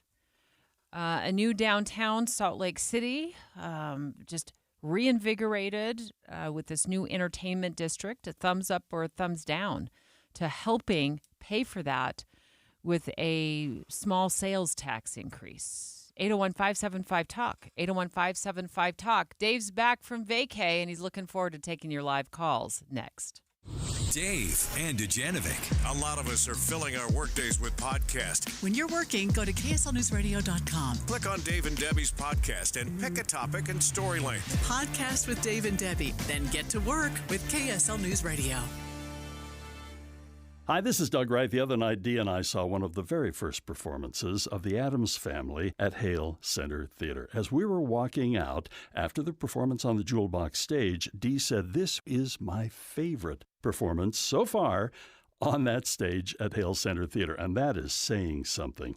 This is the story primarily of little Wednesday. She is not so little anymore. She's grown up, and she wants to marry a normal person. And bringing these two families together is really something, to say the least. One of my favorite scenes, Wednesday is agonizing over whether or not this is actually going to work. And she sings a song called Pulled, which is wonderful. But what's even more wonderful is she is joyfully torturing Pugsley all that time. There are production numbers, even great scenes for Lurch and Thing. Don't miss the Addams Family at Hale Center Theater, and so much more is still to come. Season tickets for next year, great performances this year. Go to hct.org for your tickets. Finally, kids are out of the way again. And fall isn't far away. Just as you have for all of life's changes, big and small, rely on the voices you trust to document them. Tim and Amanda, Dave and Debbie, Boyd Matheson, and Jeff Kaplan. We have you covered at KSL News Radio. This is Todd Frayton's heart. He's begun his wellness journey. This is its sound on a treadmill, at a slight incline, on a stroll through the forest. And this is the heart of Maria Sanchez, his physician. What's it doing here? A lot, actually, because when we partner with you, we don't just offer a strategic plan and status updates. We put our hearts into it, beat for beat. We call it the power of we, Intermountain Health. Looking for a beautiful and functional upgrade to your home? 3 Day Blinds has you covered. At 3 Day Blinds, our free in-home design consultation makes it easy. A 3 Day Blinds design expert will help you find the window treatment solution that works best for your home's needs and style. We bring the showroom to you with loads of samples, giving you an idea of how different fabrics look in your home. Your designer also provides expert measurements and helps coordinate installation. Book your free in-home consultation by visiting 3dayblinds.com. Take control of your window treatments with Motorized by 3 Day Blinds. Whether you're at home or on vacation, you can operate your window treatments with the touch of a button using the 3 Day Blinds app. 3 Day Blinds has specialized in window treatments for more than 40 years, and it's the name people trust. At 3 Day Blinds, we have stylish and functional window treatments for any occasion. For your free custom same-day quote, schedule your free in-home design consultation now at 3dayblinds.com. That's 3dayblinds.com. Getting help with plumbing repairs is easier than you think. All you have to do is call Any Hour Services or schedule an appointment at anyhourservices.com. No one helps more homeowners than Any Hour Services. Right now at Wendy's, you can get a small Frosty for $1. And literally everyone is going. The car behind you, going to get a $1 Frosty. The car ahead of you, already had one, going for a second. The person who cut you off earlier, you guessed it, $1 Frosty. Maybe it's all a sign for you to go get one. Just don't cut anyone off. No one likes that person. The iconic Frosty for $1, gotta be Wendy's. Limited time only at participating U.S. Wendy's. Not valid in a combo. Prices may be higher in Alaska, Hawaii, California, and via third-party delivery. Hi, welcome to Staples. Yeah, my daughter needs a laptop for college, but I need to watch the budget. Well, Staples hot deals on tech are backed by a price match guarantee, so our prices won't be beat. Great. I can't believe my baby's starting college. She'll do great. I know. Oh, let's get you a great deal on a laptop. Save big on tech for school at Staples. Now get up to $300 off select PCs. Ends 8/31. Price match guarantee valid within 14 days of purchase. Exclusions apply. For details, visit staples.com/price match. With the three things you need to know this hour, I'm Dan Bomas. First, people gathered at Jordan High School last night for a vigil to remember a student who was stabbed and killed last Friday. Second, former President Trump says he's not doing anything special to prepare for his upcoming debate with Vice President Harris. Third, huge security preparations underway for the U.S. Open tennis tournament in New York. 66 degrees and sunny in Salt Lake City. And back to Dave and Dujanovic on KSL News Radio. Dave and Dujanovic. We're talking about this new survey that was published by the Deseret News. They asked, what do Utahns think about raising taxes to help pay for this downtown Salt Lake City project, which will include revamping the Delta Center, where the Utah Jazz play, where the Utah Hockey Club will play, now that we've got a NHL pro team, and then, building a tower, a residential tower, and a hotel, and other cool things. And it seems like the Deseret News found, Dave, that 54% are like, not in love with the idea of a sales tax increase. Walk me through this, folks. Taking your phone calls, 801-575-TALK. Why do you oppose it? Because I'm biased. I get it. I love the Jazz. I want the Jazz downtown. I want the hockey club downtown. I think it's a good investment. But maybe I'm just blinded because of my love of these teams. 801-575-TALK, because I just don't think it's that big of a deal. I'm calling it a nothing burger. Tell me why it is a something burger. It's curious to me, too, when you start looking a little deeper into this poll. 38% do favor it, Dave. So it's not as though we have, 30% who don't know, 8% don't know. Yeah. Maybe they haven't heard about the tax. Maybe they just don't have any strong emotions one way or the other about it. But only 8% said, hey, we don't know. 38% favor it. I think there's a pretty good number in favor of it. I think what surprises me about this is that you have Democrats and Republicans that are supporting this. You've got the Republican supermajority legislature that says, yes, this is something we should do. You've got Salt Lake City Council and Mayor Mendenhall that are also championing this. Both sides want it. How in the world can all the voters, or at least more than half of the voters, say, no, you guys are all wrong? Like, we finally found something we could all agree on, and the voters are still like, no, can't handle it. Before I read this text comment we got at 57500, it is important to put it in context. This is a sales tax increase of 0.5% that only impacts you if you shop in Salt Lake City. It won't impact you. You won't see a sales tax increase for this very thing if, for example, you decided to shop in West Valley City or, in Bountiful. This is a Salt Lake City-centric sales tax increase. So on the text line, I disagree. This is a Utah team. I believe all Utahns should help. It's not a Salt Lake City team. So should we spread the wealth?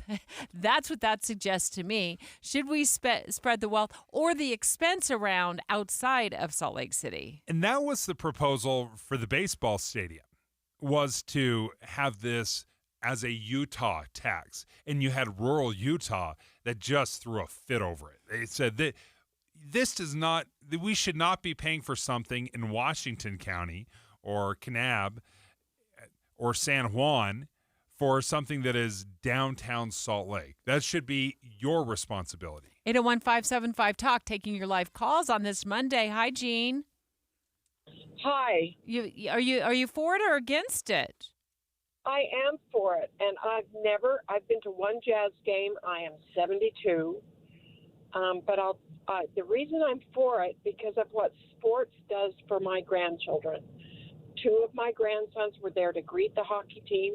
They both play hockey. They also take piano lessons, but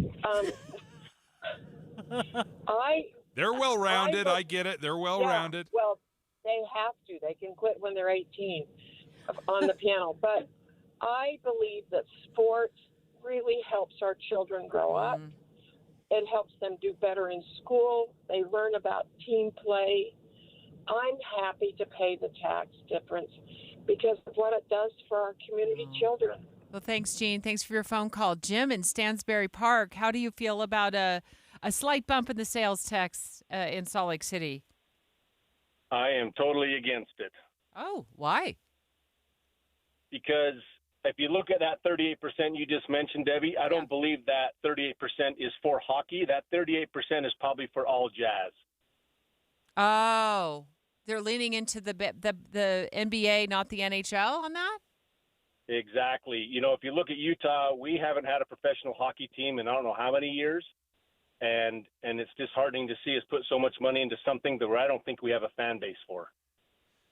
Well, I think, at least initially, season tickets have been through the roof. The support has been outstanding. In fact, there's a huge waiting list. People can't get tickets fast enough, Jim. But nevertheless, I'm torn on how little it is. You're going to have to spend over $100 on something for it to affect you 5 cents. You know, is that really the deal breaker? And a lot of Utahns right now are saying, yeah, it is. That's a deal breaker for me. Up next, is it Edis in Spanish Fork? Edis? What do you think? All right, Edis. Hey, Edis. Let's hear it. What are you for it or against this tax increase? I'm against the tax increase. Tax increases in general or this one specific? Both.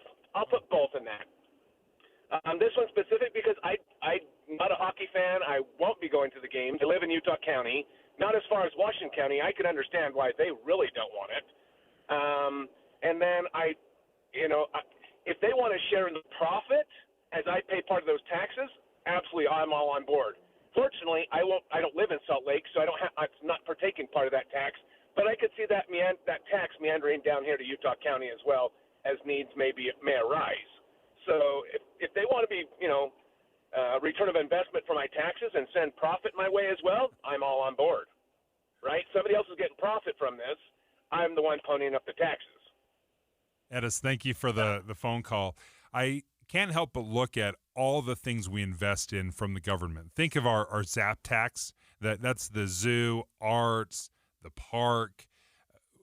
There's often a little increase on sales tax to help pay for the zoos and the arts and the park. We invest in these things because it's good for the community. And I can't help but look at the redesign of the Delta Center, of the downtown area. It's in desperate need of renovation. It desperately needs something. And if you don't say yes to some of this stuff, if you just say no to all of the tax increases and the public support, then they leave. This is what happens all across the country. The sports teams are only going to go to the towns and the cities that will support them financially. But let's be clear, this something is not a huge swath of Salt Lake City, of downtown Salt Lake City. This is a very kind of, I would say, isolated ation of Salt Lake City. This won't impact, the East Bench in Salt Lake City. It's not going to really, they're not going to go in and revamp the avenues. They're not looking at redoing some of the areas, more to the north of the city. This is the area surrounding the Delta Center. I wonder if that has to do with some of the voter angst with ask the question, hey, are you for a tax increase, even so slight, just to revamp this one area of Salt Lake City? And specifically, really, Dave, it does have to do it has to do with the NHL and the NBA teams. Yeah, and I do appreciate, folks, I do, and I'm with you most of the time, like we should scrutinize taxes and raising taxes in an enormous way. We should do that, absolutely. I just think this is completely and totally justifiable. I'm a huge hockey and jazz fan, though. All right. Well, we'll continue to stay on this as this story develops. So thanks so much for your live phone calls on this Monday morning. Straight ahead, there is a new law in Australia, and it affects employees. Employees rejoice. We spend so much of our time connected to our phones, connected to our emails all day. It's really hard to switch off as it is. So having these laws come into place where we really do disconnect is really important. Bosses are now forbidden to make after-hours contact with their employees. That's next. It's 10:30 at KSL News Radio. I'm Dan Bomas. KSL's top local story this hour. A wildfire over the weekend grew to about 2,000 acres within 24 hours. KSL News Radio's Michael Commit says that that is under control now, and evacuation orders between Vernon and Eureka have been lifted. Several legislators expected to announce new legislation that would establish cell phone policies for schools. The new bill would be introduced during the 2025 general session. Today's announcement will be at Granger High School, which recently implemented a new cell phone policy prohibiting the use of those devices during the school day. Our top national story this hour from ABC News. Close to 1 million spectators expected to attend the U.S. Open tennis tournament today in New York City, or this week. It starts today in Queens. NYPD Police Commissioner Edward Caban says there are no specific threats, but security is at top of mind. We'll have our drones deployed, as well as aviation, harbor, counterterrorism bureau, K-9, transit, and other specialty units. And your money at this moment, the Dow Jones average now up on the day 79 points, while the NASDAQ has been sliding down now 120 points. Our KSL weather. Couldn't ask for a prettier day. That's next. KSL News Time, 10:32. It's a priority for us at this station to bring you all sides of a story and to talk about the news fairly, completely. Get all the facts and be really aware. Utah's Morning News with us, Tim and Amanda. Weekday mornings 5 to 9 on KSL News Radio. If you've been around since 1954, you've known about Master Electrical Services. That's when they started up. And since 1954, they've been the folks you've trusted with all your electrical needs. Well, we have some exciting news for you right now. They've joined Mountain Home Services, which means the services they provide to you and your family is expanded.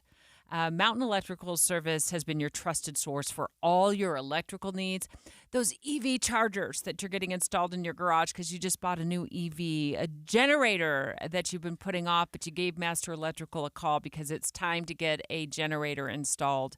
Well, now that they combine with Mountain Home Services, it means they can help you with a lot more. Yeah, your HVAC, that's your heating and air, some plumbing, and it all comes with their upfront pricing guarantee. No hidden fees, 100% satisfaction guarantee. They're the company we trust, and so can you. Visit Mountain Home Services on their website. That's mountainhomeutah.com. That's mountainhomeutah.com. Or you can always give them a call. 801-543-2222. Again, 801-543-2222. The Salt Lake Chamber is Utah's voice for business. Okay, that sounds great, but what does it really mean? Well, as Utah's largest and longest-standing business association, they support and champion community prosperity throughout the state. And if you're in business, well, that's a very good thing for you. Be sure to listen to the Chamber's Speaking on Business, weekdays at 7:20, 11:55, and 5:20 p.m. on KSL News Radio. Trail mix, beef jerky, mixing all the soda flavors at the gas station soda machine. Snacks are better on the road. The gas is better when it's top tier. And the pit stop is better when there's a dinosaur there. Love the filler moments at a Sinclair gas station near you with DinoCare, our top-tier gasoline. Some sweet and salty snacks for the commute, and a big green dino for the memories. Find a gas station near you at sinclairoil.com. Sinclair, fill up your life. Well, I've reached another milestone on my journey with soda weight loss. It's 6 months since I hit my goal and let go of 70 pounds of fat weight. And in those 6 months, I've managed to keep it off and still enjoy all the benefits of my journey, including a new wardrobe, a new sense of self-confidence, and most important of all, a set of new habits that are healthy and that will last me for the rest of my life. This is what makes soda so amazing. Of course, it's spelled S-O-T-A. I've now been enjoying the benefits of soda weight loss longer than it took me to let go of the fat in the first place. So think about, where do you want to be in 4 to 5 months? Start the program now and you could be down 50, 60, even 70 pounds by the holidays. Imagine showing your family and friends the new transformed you at Christmas. Check them out for yourself. Go to sotaweightloss.com. That's sotaweightloss.com and see for yourself why soda is #1 for client results and client satisfaction. SOTA stands for, say it with me, state of the art. And traffic, weather together, brought to you by Sinclair's Dino Pay app. Save up to 20 cents per gallon. And here's Heather Kelly. We still have a crash northbound I-15 approaching Warm Springs Road. It's blocking the HOV lane and left shoulder. Traffic backed up to about 600 north, but it is starting to move a little bit better since earlier we had 2 left lanes blocked. Good news, 2100 south is finally reopened around 600 west. No delays there, but you do have lane restrictions Legacy Parkway heading north in North Salt Lake. Business owners, let GoPave Utah tackle your uneven parking lot asphalt and concrete surfaces with their crack, seal, and repaving services. See what GoPave can do for you at gopavutah.com. Heather Kelly in the KSL Traffic Center. It'll be sunny and cooler today with a high of 79 and temperatures warm up to 90 by the end of the week. And right now we're at 68 degrees. It's sunny. I'm Dan Bomas from the KSL Common Spirit Health Studios. Listen online at kslnewsradio.com. We're Utah's news, traffic, and weather station. Dave and Dujanovic, your morning companions for talk, analysis, and key perspectives on Utah's biggest stories on KSL News Radio. So, employees in Australia, Dave, are likely rejoicing. Let me just read to you the first line in this Reuters article out of Sydney. Australian employees now have the right to ignore their bosses outside working hours thanks to a new law which enshrines the right to disconnect. You can ignore your boss? That's amazing. That should be a headline. Just that's all it says. It should be a billboard. It should be on the back of your car. Right to ignore your boss. It's a right to disconnect. Okay, so here's how this new law shakes out. According to Reuters, employees will still be able to contact their employees. So the boss can still contact their employee. However, that said employee will now have the right not to respond outside of working hours unless that refusal is unreasonable. So I'd imagine if you're like a firefighter, for example, and you just didn't respond to your boss to a major call in call out because of a wildfire, maybe that would be considered unreasonable. But if they're calling you because they forgot to ask you a question during the day, during a all staff meeting that has nothing to do with anything that's urgent, then you have the right to say, "I'll talk to you in the morning." You know what? I really like this. I don't know how practical it is. I don't know how long you could get away with this before your boss is like, Noriega's not committed. I'm done with this guy. But I do appreciate it because I've always worked kind of strange hours. I don't know. For some reason, whatever job I select is never a 9-to-5 job. Well, you and I finally realized this the morning on my drive in. I don't know why it took me 35 years to figure this out. We work shift work. We're shift workers. Yeah, we're shift workers. And so we don't have bankers' hours. No. All due respect to bankers. You pick the right job if you want bankers' hours. We are shift workers. Yeah, our day starts at 5 a.m. Yeah, but I've also worked a 2 to 10. Yes. Oh, I worked a noon to 8. Yeah, I would work 3 to 1 forever. A 4 a.m. to 10 p.m. Yeah, that's a long day. That's a long day. I have, right? It happens in this business. So because we've been shift workers. Yeah. It happens all the time where someone will text us at 5 o'clock, right before end of business for a normal shift. Well, I've been off for several hours, right? Because I started at 5 a.m. So I'm not working 5 a.m. to 5 p.m., right? So I've been texted and reached out, and people call me all the time outside the hours, and that extends your day. So the idea where we could just say, no, I'm off. Boy, that is invigorating. It allows me to shut my brain off from work. You couldn't do it without feeling guilty. It's why we don't. Yeah. But so maybe that's to this law, to the law that says you have a right to disconnect, that when your day is over, that it can genuinely be over. So there are penalties, and you pointed out something just a few minutes ago. You said, after I don't respond a few times, like, we're done with this guy, right? Yeah. I mean, we're done with this guy. If you're going to be one of those that follows the law, you're fired. Okay. There are penalties. So the first step is, I want to say, what is this, like arbitration kind of thing, where the employer and the employee sits down and they try to first resolve this dispute.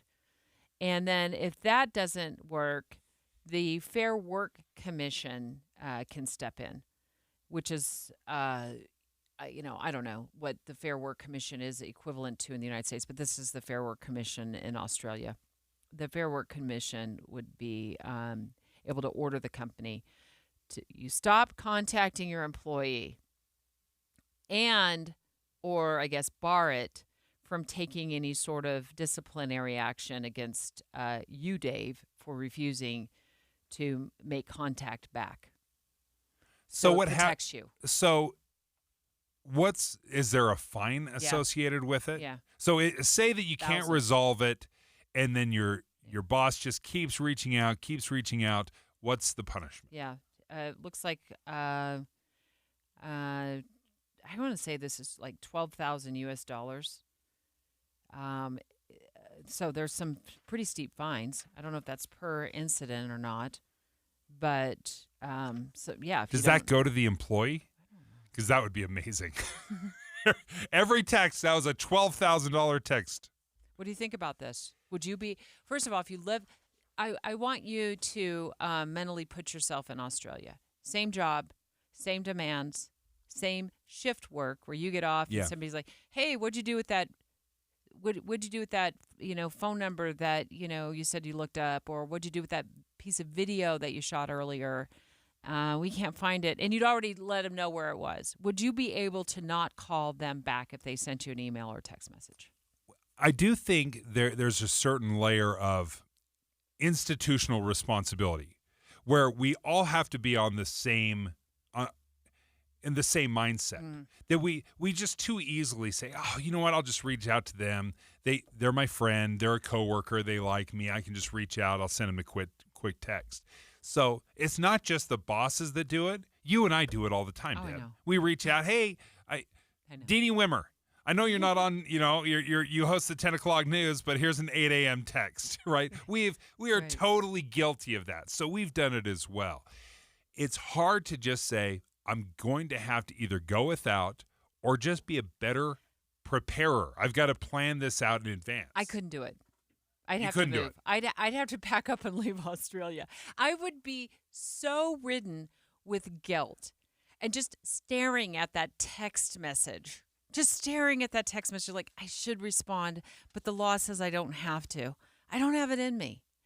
I think it is decades of conditioning, and I blame myself to some extent for being too willing to quickly respond. Yeah. I want to help resolve the issue ASAP.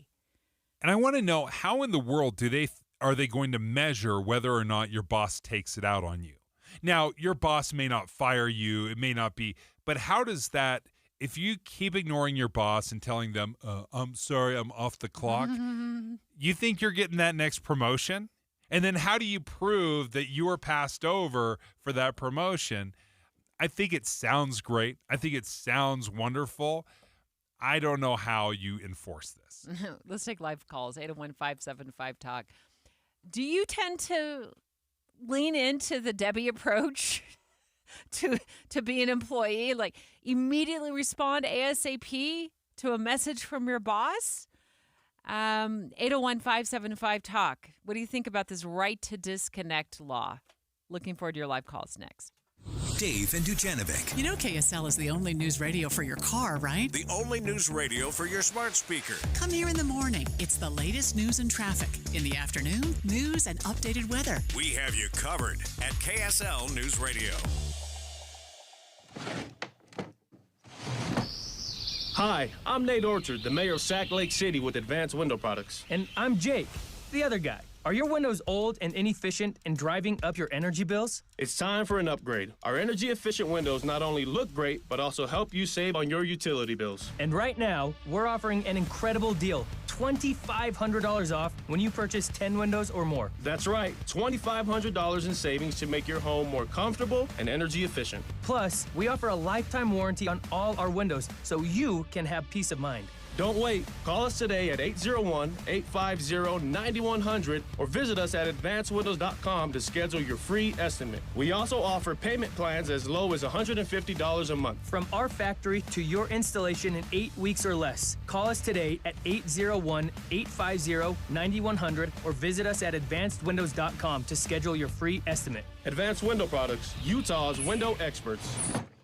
Join Jeff Kaplan August 29th, 10 to 1 p.m. to team up and tackle Utah's blood shortages. ARUP Blood Services needs listeners to donate for the Labor Day weekend. Visit utahblood.org. Tommy! I can't wait for golf this weekend, huh, buddy? Time flies. Love you, man. Oh, don't forget your knee brace again. We aren't in college anymore. Moments together matter, so help protect yourself from RSV. If you're 75 or older or 60 plus with a chronic condition like asthma, COPD, heart disease, or severe diabetes, you're at higher risk of landing in the hospital from RSV, and there are no prescription RSV treatments. Check eligibility and schedule your RSV vaccine at vaxassist.com. Sponsored by Pfizer. Get in zone, AutoZone. Welcome to AutoZone. What are you working on today? Using the Labor Day weekend to get some work done? We got you. Stop by any store to save on oil, fuel system cleaner, wipers, and more.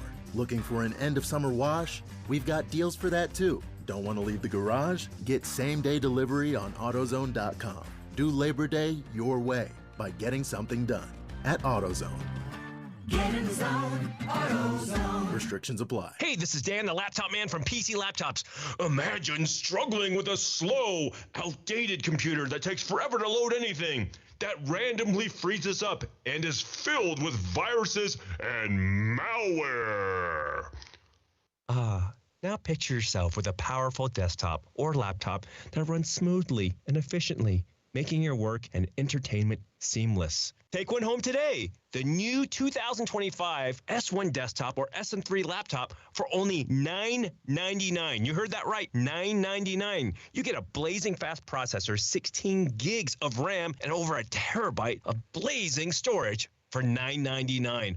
What else do you get? Lifetime service warranty, and we have 12 months special financing on approved credit. Hurry in right now because supplies are limited, because at PC Laptops, we love you. Just check us out at PCLaptops.com. $999, PCLaptops.com. Jeff Kaplan, I'm energized by breaking news. First of all, because it's right now, and second of all, because in many cases the audience needs to know.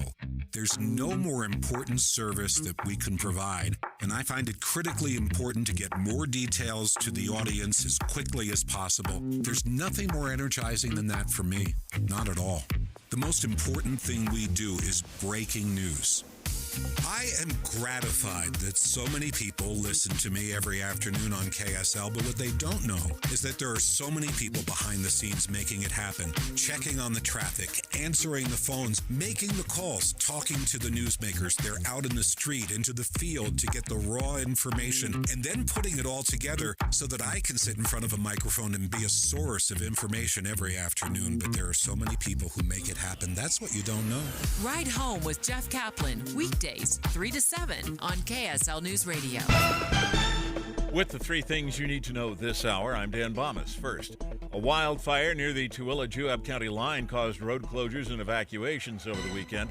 Second, the legislature ready to take a look at banning cell phones in schools.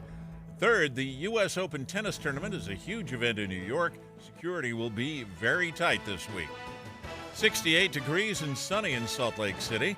And back to Dave and Dujanovic on KSL News Radio. Dave and Dujanovic. Well, I'm sure a lot of employees in Australia are feeling like this is a win. There is a new right to disconnect law that went into effect. And what that means is your off hours are your off hours. You're not required to respond, reply, or phone your boss back if it's not an emergency. I will say I love the spirit of this law, because when you're working, you should be working. And when you're home, you should be engaged in being home. And too easily we blur those lines. Mm-hmm. I would say especially with remote workers. I remember when I was working remotely during COVID, 16 months away from the station, it was very hard to set a time and be done. It was very easy to get sucked in because work is home and home is work. It's very tricky, I think, for remote workers. But I see great benefit in being able to completely and totally shut your brain off as soon as your work day is over. And there are some penalties attached to this. It sounds like, the first violation requires like a sit-down conversation between the employee and the employer to come up with a plan that it doesn't keep happening. And to resolve any sort of issues that arise. But then the Fair Work Commission in Australia can step in and then start assessing fines to the employer for violating the right to disconnect law. 801-575-TALK. Hi, James. Do you respond to your boss after work hours? Yes, I believe I'm just like Debbie and Dave, and I respond to texts and calls and everything. Yeah. I just want to say that it's a cultural thing, and it's going to take time, and there's going to be a lot of lawsuits. And anytime you add culture to something, you know how businesses love cultural change. It changes so easily. Change of culture, snap of the fingers is just that. No, you're right. It's incredibly difficult to change. And I respect the employees that can put up boundaries. And you've got to put up fair boundaries, right? Obviously, there's some that will put up boundaries that are completely unreasonable. There are times we work in the news business where we do. If there's a huge news story happening, we need to be available. But what needs to happen is we need to agree on what a big story is. Because Debbie once got sent out to a literal dumpster fire. Right. A dumpster that was on fire. I was working at another TV station in town, if you've been a reporter, forever, you know this, or a photographer, news photographer, this can happen. And it was overnight, and I was on call, and I got called. I don't even remember what time it was, but I know it was long before dawn. And our producer said, "We've got a fire in a dumpster." And I'm sure I thought it was a joke. She knew. So I got up And I got as ready as one can at about 2 o'clock in the morning to be out the door. And I backed my car out of my garage, and I got heading down the road. And I think this must have been right about the time we actually had these pagers that they would beep, beep, beep, and they would scream at you. So whether you're in the grocery store line or whether you were, at an event for your kids or you were just driving, it would be beep, beep, beep. It would scare the daylights out of you. And they'd come out and they're like, back off. The dumpster fire is just a dumpster fire. And they told me to turn around and go back home. Well, that doesn't work out so well for the sleep cycle. And I by this point in my career, I'm used to not really sleeping that well. But I was called out to a literal dumpster fire. Could they have waited a few minutes to determine if this was going to go outside that massive steel can? With a few, newspapers at the bottom of it on fire? Probably. But when we make ourselves so available, and I feel like it's kind of in my DNA. I've always made myself really available. It would be really hard for me to say, you figure out if that's a real dumpster fire or just a little tiny dumpster fire. I'm going to go back to sleep. And then I was like, of course I'm going to go. I'm going to go. I know I need to go. If for some reason this jumps the big metal container and ends up in an apartment complex fire, I don't want to be that reporter. You know what I mean? Being questioned as to why I didn't go. But I think to James's point, it's really about conditioning. And I conditioned myself. I know, Dave, you've conditioned yourself. And you said people out there don't respond. I know there are people who have jobs that they don't respond. And I'm like, who are you? How do you do it? How do you do it? And do you get passed over for promotions? Do you is there some sort of retaliation that you don't see or that you felt? Because that's the worry. That's why we respond, is because we think there's going to be some sort of crackback on us. Now, I will say this. You and I have both been on call, and we've done that for years. The one benefit, though, is when we got called out as a photographer, I would get paid for it above and beyond. So I would get 4 hours, whether it took me 1 hour or 4 hours, I would get 4 hours worth of pay. And that was one of the benefits, I think. And so if someone did call and interrupt me and wake me out of a dead sleep, at least I knew I was going to make 4 hours of overtime.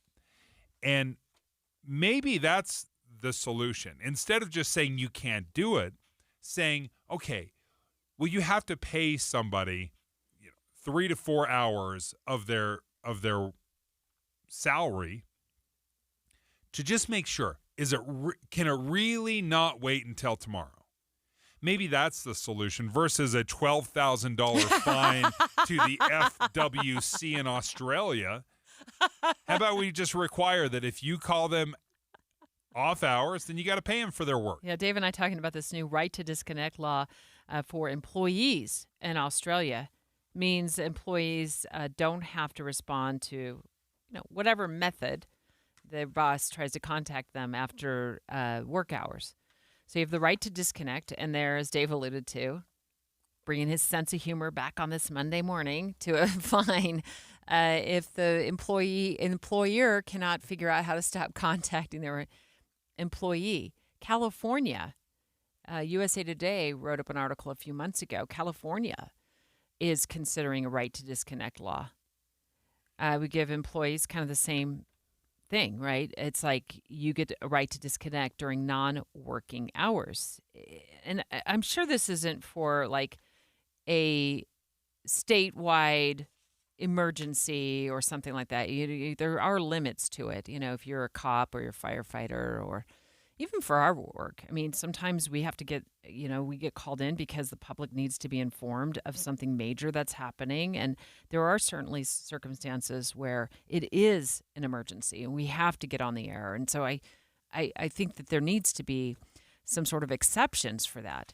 But yeah, if you're just calling to ask, where I put that phone number I gave you, 6 hours earlier, it's on a Post-it note on my desk and a Post-it note on your desk. Yeah, that's a little That to me is like that behavior should be corrected. I don't know if it needs a $12,000 fine, but it has been a problem, and I think everyone's experienced it on some level. We also should probably have this conversation outside of a mandate from the state legislature, right? We should probably have this conversation with our boss and say, hey, before you hire me, what's your expectation for me outside of my regular work hours? So I remember this one time, quick story, that my phone, I just wasn't getting any calls, and it had gone on for a couple of days. And so I thought, my phone must be broken. There's something weird because I'm not getting contacted by anybody. Like, nobody from work is calling me. I can't figure this out. So I had like 2 or 3 different people call my phone to make sure it was working. I wanted to be connected. And for some reason, I thought I was disconnected. And I'm like, no, you're connected. It's just finally nobody's calling you. Weird. KSL FM Midvale. KSL Salt Lake City. From the KSL Common Spirit Health Studios, this is KSL News Radio. Utah's news, traffic, and weather station. It's 11 o'clock at KSL News Radio. I'm Dan Bonas. KSL's top story this hour. We're just days away now from the start of the college football season in Utah. BYU, Utah State, Weber State, and Utah all playing this week. The Utes take on Southern Utah at Rice-Eccles Stadium Thursday night. Utah head football coach Kyle Whittingham says after all these months of practice, his guys are ready to line up and hit somebody. I mean, they've played a lot of football just on their own, not played, but practiced a lot of football the last, 8 months. And so they're definitely ready to line up and play somebody. The Utes are favored to win the Big 12 in their first season in the conference. BYU kicks off its season Saturday night at 6 against Southern Illinois. And you can hear all that action right here on KSL News Radio. Our top national story this hour from ABC News. Women in Afghanistan are already required to cover their faces in public. Now the Taliban regime has banned women's voices. That means no singing or reading aloud in public. The Taliban seized control of Afghanistan after the U.S. withdrew its forces in 2021. Your money at this moment, the Dow Jones average up on the day 116 points, while the NASDAQ is down 127. And our KSL weather looks like a beautiful sunny day ahead. That's next. KSL News Time, 11:01. Here's a way to get breaking news updates anywhere you go. At the store or in a work meeting, you can get breaking news on your phone. You can quickly read it, swipe, or click for more. It's super discreet, super fast. That's the app for KSL News Radio. Did you know that your largest investment asset might not be your retirement account or home? I'm Jay Jackson, CEO of Abacus Life. Most people don't realize that their life insurance policy is actually an asset they can sell. But for almost 20 years, Abacus has been purchasing life insurance policies from seniors just like you. We've even created a free policy value calculator at abacuspays.com so you can find out in seconds what we might pay for your policy. There are no fees and no obligations, just information. Knowing the value of your life insurance policy is as important as knowing the value of your home, your equity portfolio, or your finances in total. Discover the valuable information you need to understand the current market value for your life insurance, and then get real value from your life insurance when you need it with Abacus. Visit abacuspays.com to learn more and use our free policy value calculator today. What's up, everybody? I'm Mike Wilson with Any Hour Services, and if you have a drain that's clogged or backed up, after you've tried the plungers and products, the next step usually involves some kind of drain snake or cabling equipment. You see, sometimes the blockage is far enough down the line that you need special equipment that most homeowners just don't have. That's where the Drains Department at Any Hour Services can help. A drain snake can clear most blockages and get the water flowing again, and clearing blocked drains is what our Drains Department does day in and day out. So if you're a homeowner with a drain line that's clogged or backed up and you'd like one of our drain technicians to come and snake the line for you, it's only $29. Yep, you heard that right. Any Hour Services will snake any drain line with normal access for only $29. Sinks, showers, tubs, toilets, floor drains, laundry drains, even that sewer main line that connects to the city. We'll snake any line for just $29. For help with your drain issues, call Any Hour Services at 801-443-7700. You can Google Any Hour Services. You can even schedule online at anyhourservices.com. No one helps more homeowners than Any Hour Services. Hey, this is Dan, the laptop man from PCLaptops.com. I've been advertising with KSL Radio for decades now, and radio works. With all the clutter on social media, radio cuts through all the noise and gets directly into your customer's brain. If you're a small business and want to reach the local audience here in Salt Lake City, KSL Radio is the way to go. If you'd like to know more about the benefits of advertising with KSL News Radio, email Stephanie Palmer at spalmer@ksl.com. Higher taxes, soaring inflation, record low interest rates, and the skyrocketing cost of healthcare. The list goes on. Retiring successfully today is a lot more complicated than ever before. Learn how you can tackle the biggest challenges that you'll face in retirement today. Don't miss a special edition of Retirement Solutions Radio. It's this Saturday afternoon at 3 o'clock, right here on KSL, News Radio 1027. Traffic and weather together brought to you by Sinclair's Dino Pay app. Save up to 20 cents per gallon. Here's Michelle Rowe. Well, the earlier crash northbound I-15 approaching the Warm Springs Road exit 2300 North has cleared, and all freeways along the Wasatch Front are running at posted speeds. Don't miss Park City Galleries Association Art Stroll this Friday, 6 to 9 p.m., showcasing monthly inspiration and engaging family activities. Shop, dine, and get inspired supporting local. Visit ParkCityGalleryAssociation.com. I'm Michelle Rowe in the KSL Traffic Center. Sunny and cooler today, a high of 79, and temperatures warm up to 90 by the end of the week. Right now, we're at 70 degrees with sunny skies. I'm Dan Bomas in the KSL Common Spirit Health Studios. Listen online at kslnewsradio.com. We're Utah's news, traffic, and weather station. Dave and Dujanovic, your morning companions for talk, analysis, and key perspectives on Utah's biggest stories on KSL News Radio.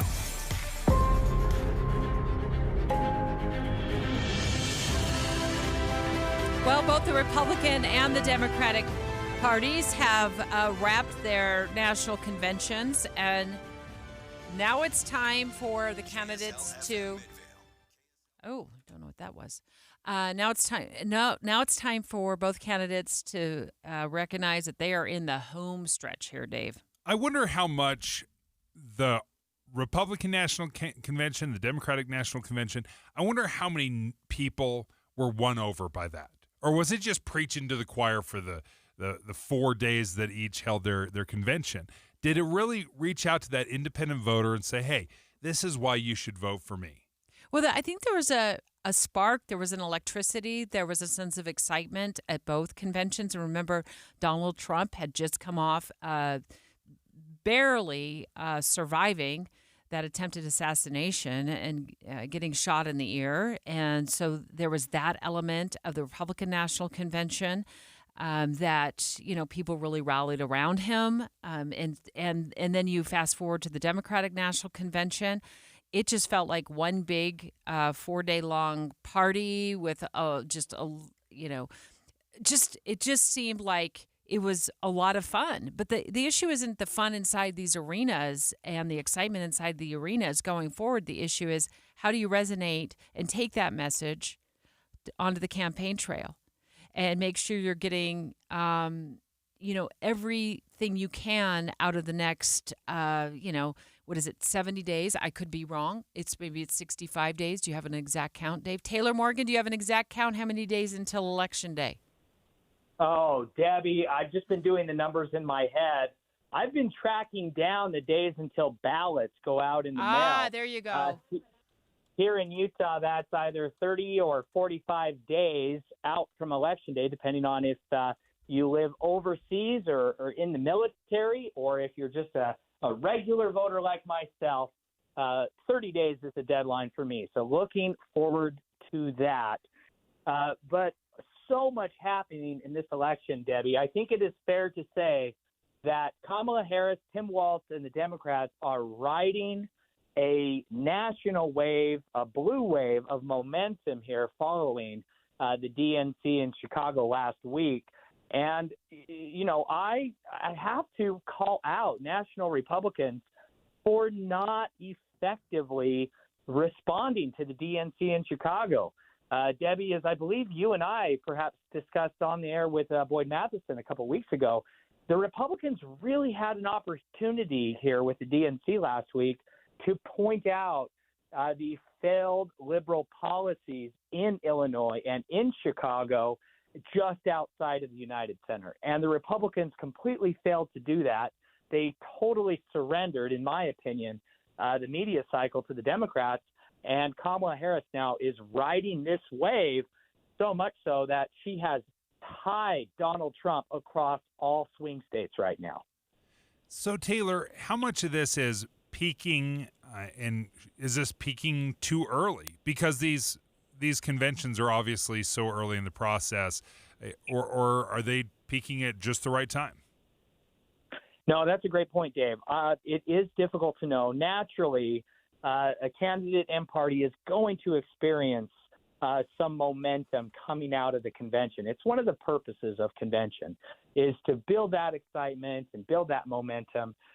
Yet I will say that the momentum coming out of the DNC is far and away more significant than the momentum coming out of the Republican National Convention. And let's not forget that just a month ago or so, we were in a place where Donald Trump had been shot. There was an assassination attempt in Pennsylvania, and Joe Biden was still in the race. And at that moment in time, this wasn't even a race. And fast forward to today, August 26th, boy, have we got ourselves a real barn burner.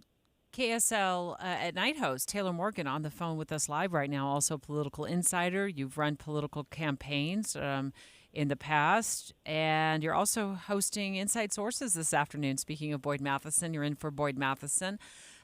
So last week when you were on the show for Dave, one of the things we talked about, Taylor, is I think, and I don't know if this is an exact quote, and by the way, it's 71 days until Tuesday, November 5th, which is Election Day. Kamala Harris needs to go to the Bahamas, just hang out there, and so there is no opportunity for her to accidentally trip, stumble, and fall on her words. How do you feel about that today? I feel exactly the same way, Debbie. In fact, even more so. I thought in her speech at the DNC last week, Kamala Harris had to do two things. Number one, she had to personally introduce herself to voters that may not yet know her as a candidate. And number two, she had to assume the mantle and fill the shoes and come across as presidential. And I thought she did that very well, specifically with how she talked about the war in Gaza. She was presidential. Now, Debbie, frankly, she's got 71 days or 70 days if you live in Utah and get your ballot postmarked the day before. But she's got 71 days to not screw it up. And it is the idea of Kamala Harris, I believe, that is so powerful and that is really causing this excitement and momentum in the race. And if I'm Kamala Harris, if I'm Tim Walz, if I'm anywhere close to their campaign, I am telling them to go to the Bahamas so you don't screw it up. So what voters want is to embrace that idea. They don't need any details or confusion about policy facts from Harris or Walz at this point. That is only going to discourage voters. So, Taylor, how much pressure will mount over the next 71 days where Kamala Harris, Tim Walz, they're not doing the media circuit. They're not doing interviews. They're not doing sit-downs. They're not taking, challenging questions. How much longer can that go on? And even though that does sound like a nice little vacation heading off to the Bahamas, at some point, won't they be held responsible to actually sit down and do some tough interviews? Dave, that is a great question. I think the answer is yes, but in a race in which the alternative choice is Donald Trump running with J.D. Vance, do we really expect the press to really come down on Kamala Harris that hard if she does become very strategic about how she manages those interviews? Look, over the last month, Kamala Harris She's only been in this race for 1 month, Dave and Debbie, 1 month, and she has raised $540 million. So she does not need the press to communicate her message to voters. She has the money to pay for those communications. And what she can't afford to do is discourage voters from choosing her because she sits down and does too many interviews about issues. We are already seeing blowback against Kamala Harris because she said too much about her plans for the capital gains tax. That has cost her already centrist voters. The less she provides voters about her details or policies on issues, the better it is for her campaign. She is not being connected to the policies of the Biden White House at all right now, and that is a great thing for her campaign. Again, don't screw it up if I'm consulting her. Taylor Morgan, thanks for joining us, host of KSL at Night. Hey, thanks, Taylor. Look forward to hearing you and Adam Gardner this afternoon from 1 to 3 in for Boyd Matheson. Straight ahead, did you hear about these astronauts that are stuck in space, Dave? This is like a Hollywood movie. Like, I've seen so many stuck in space Hollywood movies. This is reality right here. Dave and Dujanovic. Dave and Debbie go out of their way to make sure you hear all sides of a story. They're working the phones to get several viewpoints on for you. Hi, it's Tim and Amanda. We get you the full story, too. We have you covered on KSL News Radio. Growing up, my dad was a therapist. He dealt with addiction, helped people through their struggles. So it's very close to our family. We've seen it firsthand how difficult it can be. So if you do have a family member that is struggling with addiction, let me tell you about Renaissance Ranch. I know right out of the gates, one of the things that connected you and me to Renaissance Ranch is the fact that they are here to help members of the public through these free family support services that are offered through weekly online classes. As again, they're free. They're open to the public, and you can attend as many of these open online classes as you want to. Because they know that when you have the family involved, and that's really what they're looking to do, is connect the family to those that are struggling with addiction, the higher the chances of a positive outcome when you have that support staff. They're faith-based, and they're clinically proven for more than 20 years. And you can reach out to them really easily by just going to renaissanceranch.com. Yeah, that's where you will find these free online classes, again, open to the public. Find out more at renaissanceranch.com.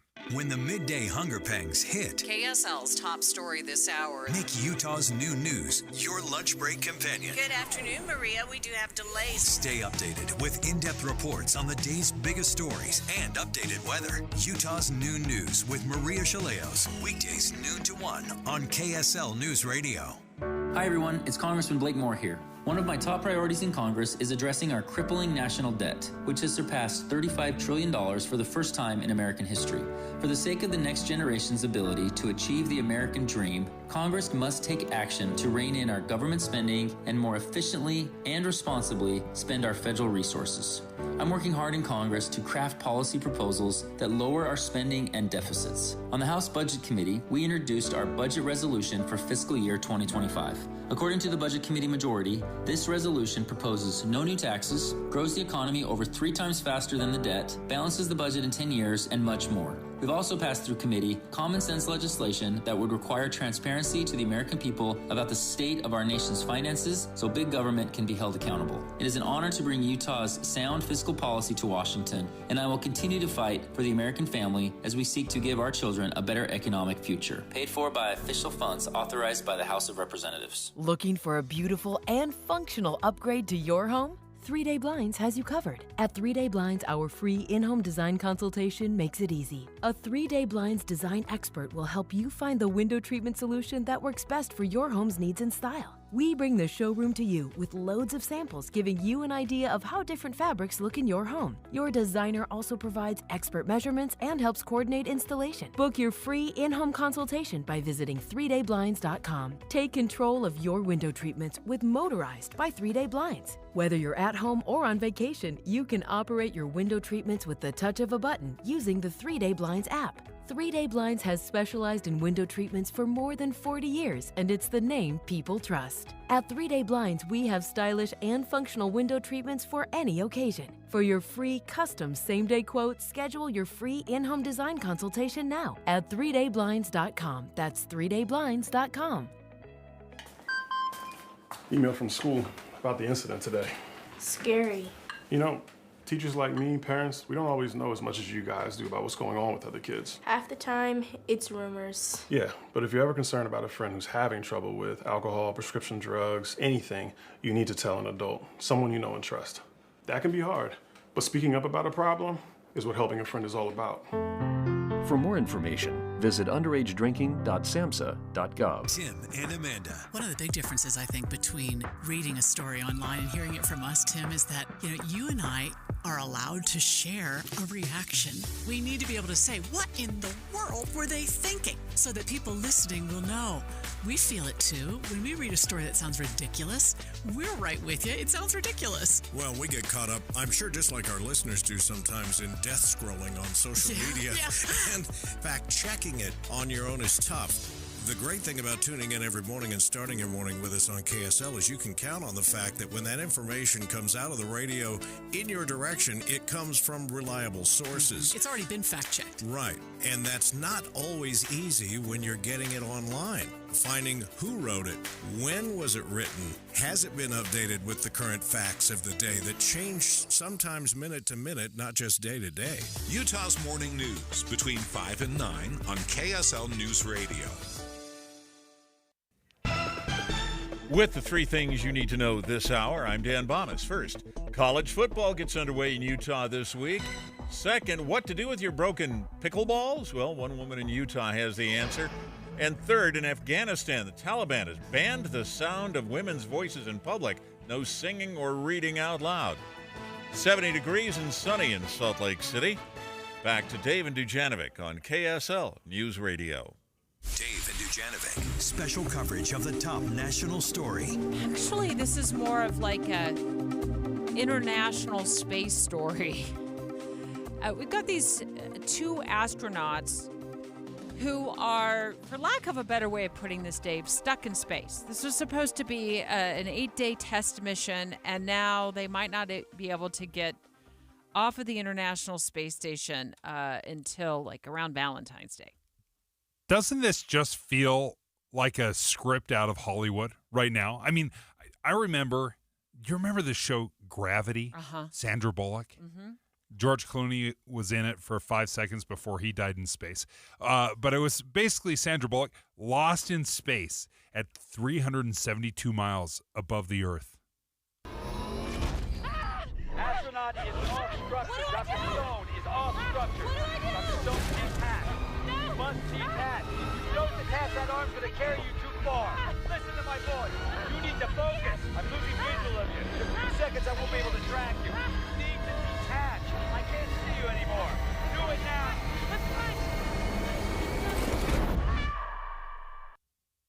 I just got an anxiety dump.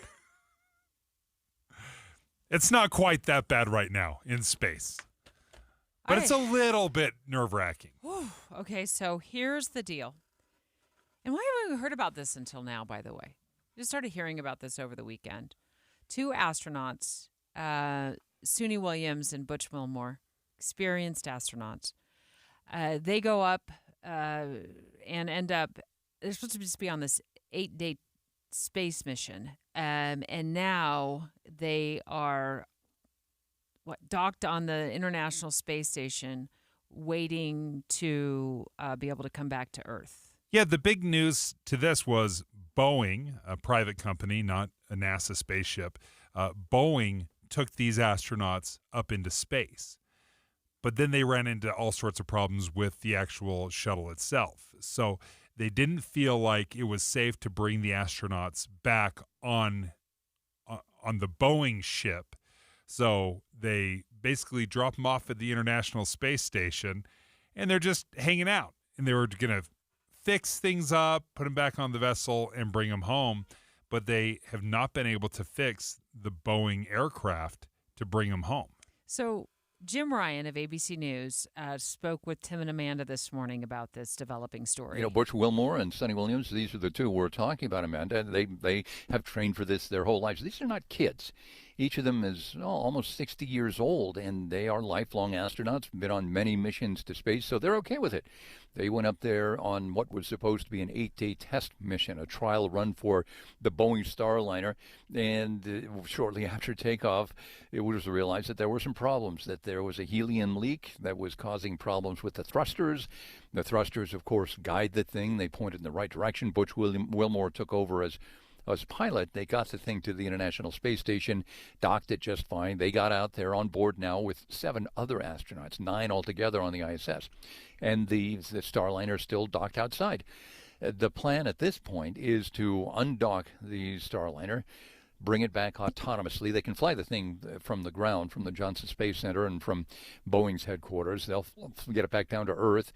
And then Wilmore and Williams will come back. Right now the plan is in February aboard a SpaceX spacecraft, a Crew Dragon is what they call that thing, and it'll bring them back down. NASA just decided it was too dangerous, too risky to put Wilmore and Williams back into that same Boeing Starliner spacecraft with the helium and thruster problem, and said, let's just bring it back by itself.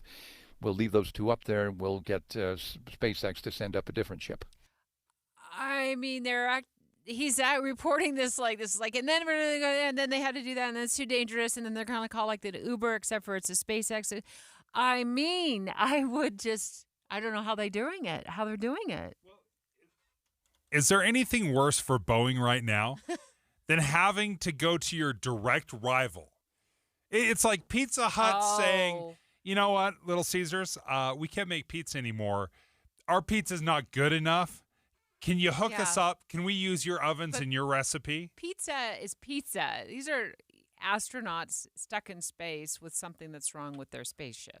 So you would hope that there would be some sort of an agreement in place that you'd help each other out. Their lives are at stake. Yeah. Yes, you absolutely, you rally whoever you need. In fact, one of the rumors was they might have to use a Russian vessel and have the Russians rescue these. How awkward is that phone call? Mr. Putin, I know we're basically funding the war against you guys, but we need you to pick up a couple of Americans in space. But this is what's happening right now. That you've got these 2 stranded astronauts. They know what to do. They're helping out on the International Space Station. They're running. I think they're still doing some. Yeah, but it's not like being stranded on a things. White sandy beach. No, this is not Sands. Yeah. The all-inclusive resort. All-inclusive resort. Here's Jim Ryan with more about that. Last week I had a chance to interview, it was a ground-to-space interview with Matt Dominic, who's aboard the International Space Station. And I asked him that same question. You've got these 2 interlopers there extending their stay and eating your Pillsbury space food snacks or whatever you're eating up there. Are you going to run out of supplies? And he says, no. He says, we constantly get resupply ships up here, autonomous shuttles that bring us food. In fact, he showed me behind where he was a big canvas bag. It's a specialized bag that had just arrived carrying more food. So they've got plenty of food. They recirculate, they sanitize their water up there, and they have plenty of oxygen, so should be okay on supplies. They're not worried about that. I didn't realize we ran space so slick. Hey, Uber Space, I got to order up a little something. I need some dried, dehydrated apricots. If you could send those up, that'd be amazing. How would you feel if this were you? That's what I So thought it was this supposed morning. to be 8 days, and instead it's 8 months. Yeah. I'm a little bent out of shape on this one. With some uncertainty. Well, there's a real safety issue. Now, these are astronauts. They understand this kind of stuff is a possibility, but quite honestly, it's a massive failure to be able to get the astronauts up there. It's going to be a quick 8 days and bring them back, and to not have a solution in a matter of weeks, but it's 8 months out, I think is very significant. It just speaks to you. If there were an emergency, what's our game plan here? Because if our game plan right now is, hey, we'll get to you in about 8 months, that seems like poor contingency plan. So here's where I'm kind of coming from on this, and I had to do sort of a check in the mirror. I feel like I have romanticized for sure space travel, yes, and astronauts, and I mean, come on, I mean, it's a glorious, job for the most part. I know there's some dangers, with the disasters we've had, the space shuttle disasters. And those are certainly, seared into my mind like they are yours. But I do feel like I have spent a lifetime romanticizing what this life would be like.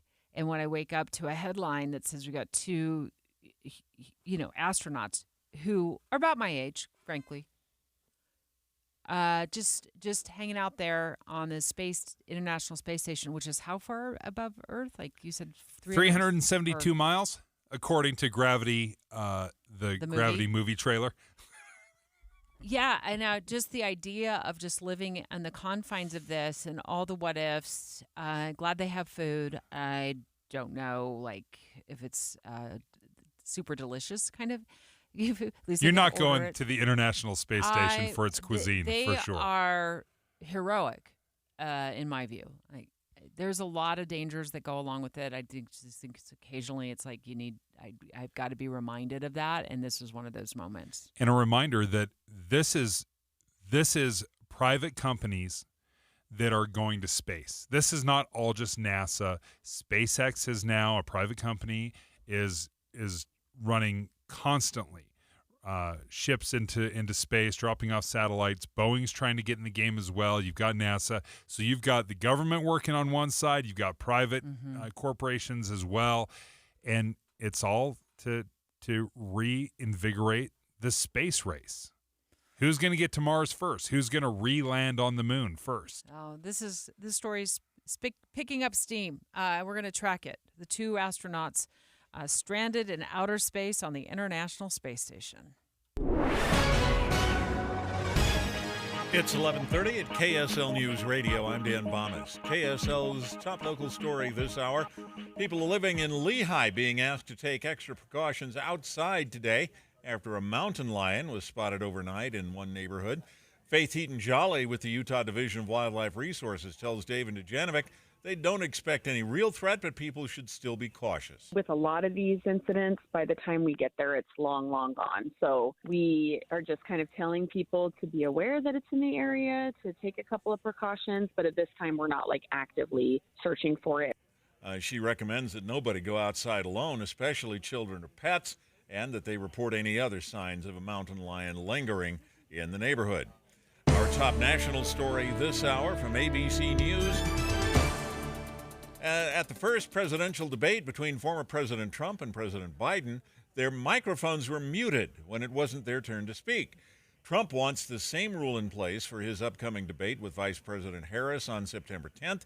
The Harris campaign wants the mics on all the time. The 2 campaigns are still talking about it. Your money at this moment, the Dow Jones average up on the day now 92 points, while the NASDAQ is down 138. And our KSL weather.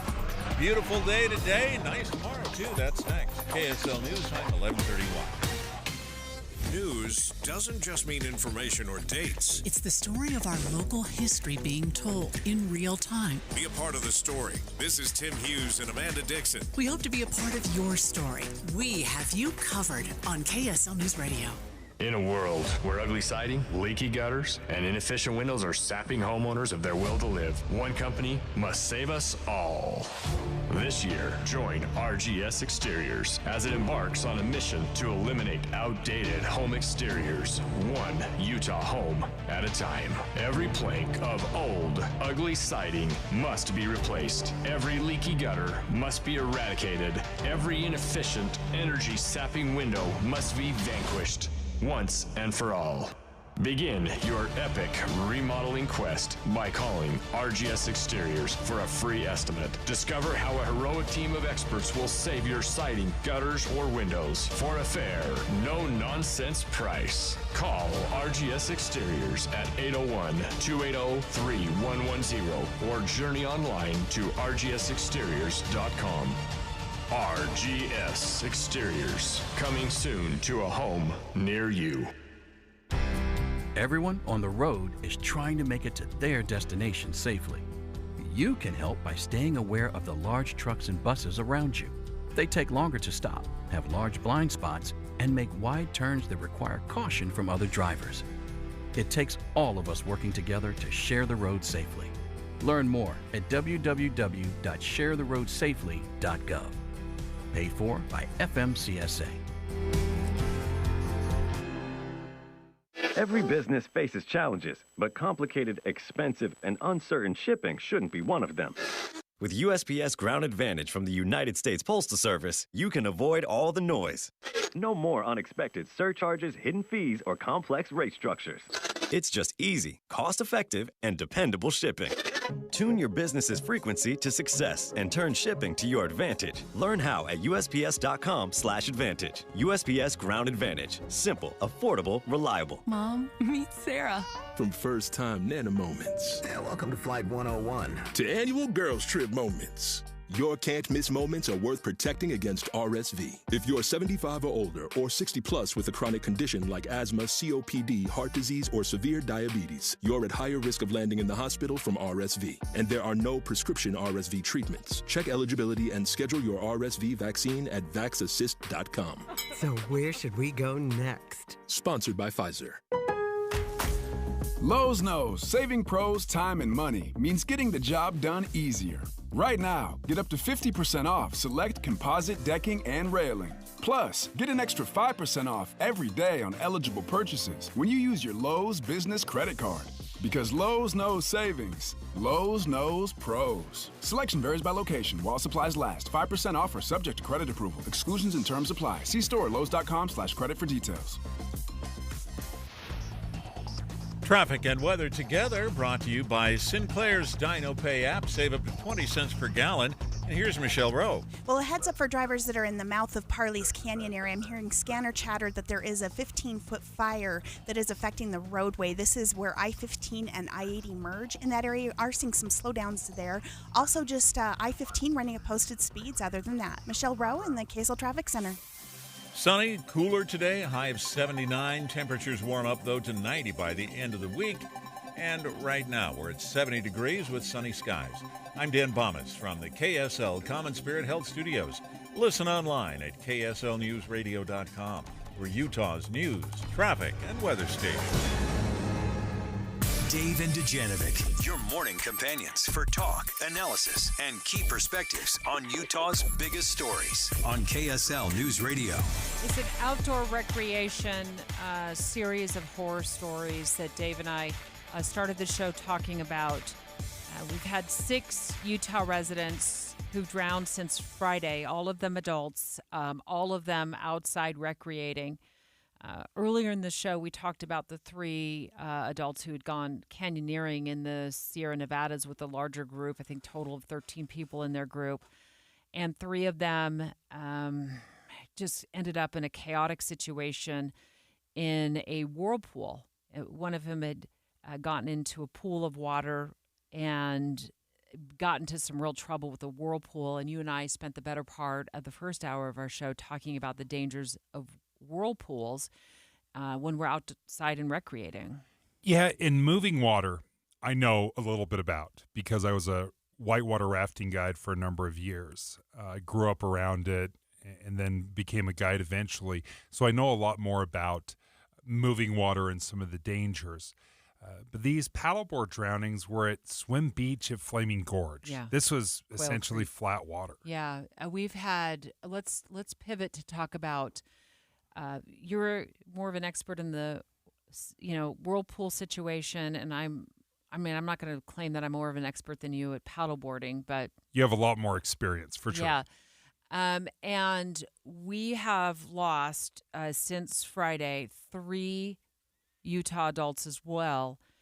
In addition to the 3 that lives were claimed in the Sierra Nevadas, these 3 were killed by drowning in 2 separate areas of our state. One incident killed 2 women, a mom and a daughter, drowned. At Flaming Gorge. And then we have the other incident down in southern Utah, Hurricane, at like the Quail Creek area. And I'm going to have a hard time with this. I love paddleboarding, and my heart just absolutely aches for the horrible ordeal these people find themselves in, because paddleboarding excursions, when you go out as a family or you just go out by yourself, it's supposed to be a moment where you can leave your cell phone behind, right?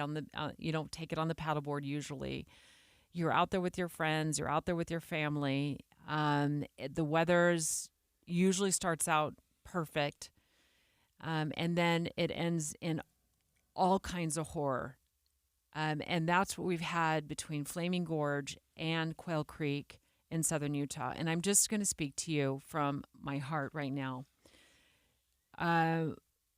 So I started paddleboarding. In all honesty, Dave, as you know, I had a ski boat, and I sold that a few years ago because my kids were just getting so busy all the time with their lives as adults that it became really hard to go out as a family, something we had enjoyed for decades with our kids.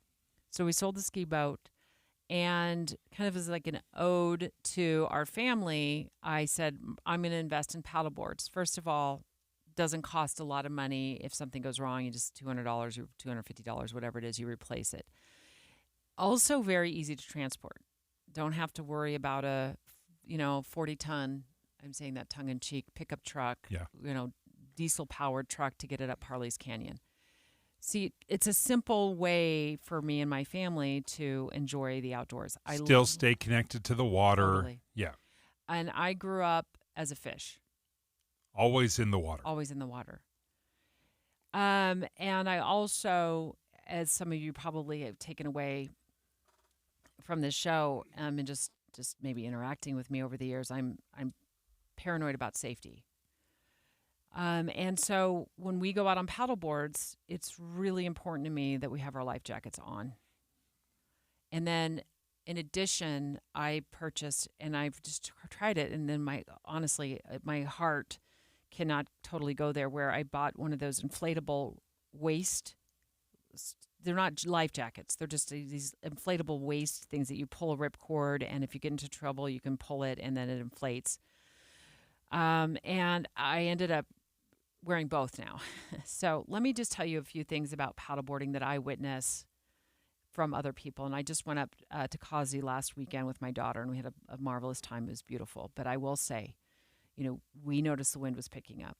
And she said, and she's in her late 20s, she's like, we got to wear our life jackets. And I said to her, I really appreciate that you don't make me beg you. Mm-hmm. But what I notice is I think inherently paddleboards feel super duper safe. They're almost like flotation devices that you throw in a pool, right? So I see people, young teenagers even, without life jackets on. Now, I don't know if they're within, I know there's certain legal parameters you have to wear a life jacket. Added to that, they're not strapping the paddleboard to your ankle.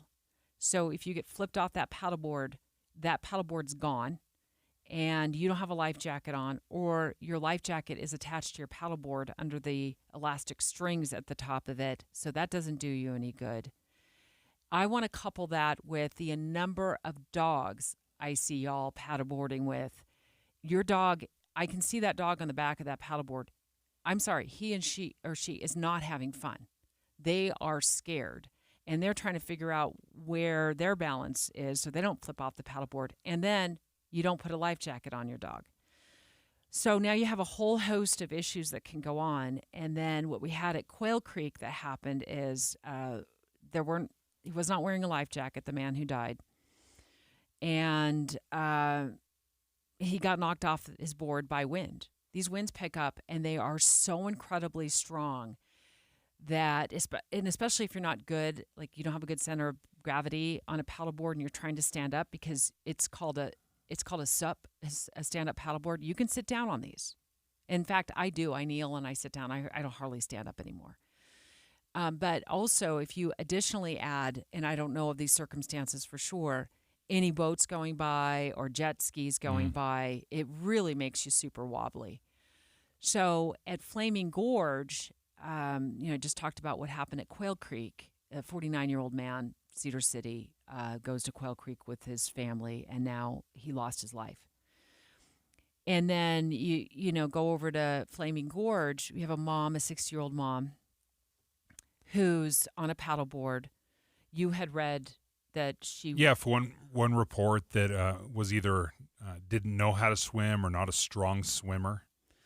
So she looks like she gets thrown from the paddleboard, and then her 44-year-old daughter sees what's happening to mom, and she jumps in to save mom. And now both women have lost their lives. I see how this happens. I also know, and my heart goes out to these families. I know just being an observer, and somebody that's, now anything can happen to anybody at any time. I understand that. But I see where we're putting ourselves in these situations that are inherently dangerous, whether that be because Mother Nature decides to kick up a strong wind, you don't have a life jacket, you don't know how to swim or swim in the conditions, which are trickier than swimming in a controlled environment in a swimming pool. All of these factors are coming together, and people's lives are being stolen from them in minutes. And I want to make note of this, and in a moment we're going to get Ty Hunter from Utah Outdoor Recreation on the line with us, Dave. The chaos that it creates around you as well, where people are jumping in, trying to save you, and feeling like they've got to get in the water and save you, or administering CPR. Of course, it's all hands on deck when something like this happens. But I would just beg you, as we go into the Labor Day weekend, if you don't want to do it for yourself, do it for everybody else around you who will be living out an absolute nightmare trying to save you, rescue you, get you to safety, and then living with that for the rest of their lives. And I would also strongly urge you, please, I mean, everybody's going to probably push back on me on this, find a dog sitter for your dog. I can tell you, looking at the back of that paddleboard with your dog wobbling around, that's an animal, a pet that's in distress, trying to figure out what to do. And if you don't have a life jacket on your dog and your dog falls in the water, you're pretty far out there. That is a long way, and not all dogs are built the same. Not all dogs are great swimmers. So think this through, understand what the ramifications are, and thanks so much for letting me chat this out, Dave. You touched on something, and I'm excited to talk to Ty Hunter with the Division of Outdoor Recreation. You said, I'm not sure if you legally have to wear a life jacket on a paddleboard. I want to ask him that. Are there any rules or laws surrounding that, or is it just a really strong suggestion? Dave and Dujanovic. Current events can have a lot of moving parts. Our job is to make it easy to keep up. You're part of a bigger world, so spend 15 or 20 minutes here and be part of it. Join us weekday mornings between 5 and 9 on KSL News Radio. Someone asked me, do you know how many devices the average home has connected to their Wi-Fi network? It's way more than I thought. I actually went home and counted how many connected devices I own. More than a dozen. All to keep me connected to my good stuff, my streaming, my gaming, all my interneting. Xfinity knows the number of devices we connect to our internet is growing by the year. That's why they engineered their gateways to handle hundreds of connected devices. Hundreds. For real. Now through September 21st, new customers can get Xfinity Gig Internet for $25 a month for 2 years when you add Xfinity Mobile with unlimited data. Plus, get Peacock Premium, a $7.99 monthly value included. Make sure your home Wi-Fi can handle everything you throw at it, and then some. Visit Xfinity.com, call 1-800-XFINITY, or visit a store to switch today. Xfinity. Bring on the good stuff. Restrictions apply. Requires paperless billing and auto pay with stored bank account, equipment, taxes, and fees extra. Gig Wi-Fi requires Xfinity Gateway. Xfinity Mobile requires Xfinity Internet. After promo, regular internet rates apply. Actual speeds vary. You wouldn't know it, but most financial advisors are put in a box. I'm Jeff Jr. from Trajan Wealth, and I want to provide you a little insight about financial advisors. Most financial advisors have to sell what their company requires them to sell, and many advisors have to only adhere to what's called a suitability standard. A suitability standard is a limited standard of care, not requiring what's sold to be best, just suitable. Advisors with this loose standard often have limited investment and product selection. Trajan Wealth is held to a fiduciary standard, which is the highest standard of care in the advisory business. And that's just one of the many reasons we have billions of dollars under our care and attract clients from other advisors. Raise your standards today and call Trajan Wealth. Call 801-899-7600. That's 801-899-7600. Advisory services offered through Trajan Wealth, LLC, an SEC-registered investment advisor. We were living in D.C. and we were ready to buy our first house, but it was in Salt Lake City. I found out through family that the house that my dad grew up in was put on the market. We had less than 24 hours to put an offer in, and it happened to be on New Year's Eve. So we immediately contacted our realtor. She was on it from the very beginning. We got the house. We got the house. Being 2,000 miles away, our realtor really helped us. And there's no way we would have gotten the house if we didn't have our realtor. Discover how a realtor can make a real difference at myrealtorstory.com. Any Hour Services free furnace sale is going on right now. If you haven't scheduled your free estimate yet, what are you waiting for? Call Any Hour Services today or schedule online at anyhourservices.com. This is Derek Miller speaking on business. OpenEd, formerly My Tech High, partners with innovative public schools across the country to personalize education for every child. Now in its 16th year operating in Utah, OpenEd serves thousands of families all over the state. OpenEd's founder, Matt Bowen, joins us with more. At OpenEd, we believe that every child is unique and young people benefit from an education tailored to their individual needs. Our flexible program serves students from ages 5 to 18 with early college and career options ranging from entrepreneurship to a pilot's license to earning a college degree at age 18. OpenEd students are thriving. We're breaking down walls between public school, homeschool, and everything in between. We adapt the learning journey to the individual child's interests and needs. OpenEd puts the learner at the center. It's engaging and it works. We're developing critical thinkers and problem solvers, kids who are ready for whatever the future holds. Thousands of families have already discovered the OpenEd difference. Are you ready to think differently about your child's education? Visit opened.co/toolkit today and download our free parent toolkit to help you get started. That's opened.co/toolkit. The world is open. Education should be too. OpenEd provides a proven model to help every child succeed. Matt and his team are ready to help your family navigate the many amazing education opportunities available in this great state. Visit their website for your free parent toolkit. I'm Derek Miller with the Salt Lake Chamber, speaking on business. With the three things you need to know this hour, I'm Dan Bomas. First, a mountain lion was spotted in a Lehi neighborhood early this morning. Second, the Trump and Harris campaigns arguing over whether to keep their microphones on in the upcoming debate. And third, one man was arrested after police say he fired 13 shots during a road rage incident in Sandy. 70 degrees and sunny in Salt Lake City. Back to Dave and Dujanovic on KSL News Radio. Dave and Dujanovic. We were just talking about the 3 Utah adults who drowned during 2 separate incidents involving paddle boards. Two at Flaming Gorge, a mom and a daughter, a 60-year-old mom, and fell off the paddle board and by some reports, couldn't swim, doesn't know how to swim, and daughter races in to rescue her. She's missing. And then Quail Creek down in Hurricane in southern Utah, we have a 49-year-old man who died when the wind picked up, threw him off the paddleboard, and he, according to reports, was not wearing a life jacket. And the wind has been incredible the last couple of weeks. We've just had enormous amounts of wind, and it'll pick up different times of the day. Sometimes it's in the evening, but it has been incredibly catastrophic what has happened. So we thought we'd reach out to an expert. Ty Hunter joins us right now, rejoins the show. Ty, and as we're talking about paddleboarding, it has become so popular. It's become so affordable recently, but we do have some questions. Number one, are you legally required to wear a life jacket on a paddleboard? The only ones that are required to wear a life jacket on that is children under the age of 13.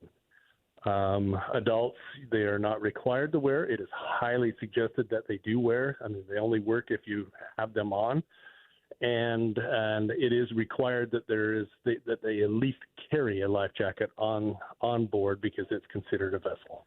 Yeah, I think the issue with the life jacket that is strapped underneath those straps on a paddleboard at the front is it's like, in fact, I just blew up my paddleboards last night. I was waiting to go out, Ty, and it was just too windy. I was like, I don't know, 10 knots or whatever it said on my weather app, and I'm like, I'm just not going to go out there tonight. But as I was putting the life jacket under the straps just to store it, I was like, it was really tricky to get that under the straps. I mean, reaching for it in an emergency and trying to get it out from under the straps and get it on, I think especially if you're panicked, is just not a situation I would want to find myself in. And then additionally, I see people out there paddleboarding without the paddleboard strapped to their ankle, which is provided.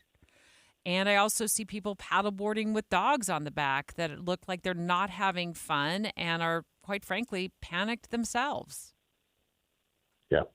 Yeah, and that's, I mean, the big thing, you kind of hit it right on the head. You're having a hard time strapping that life jacket under those straps.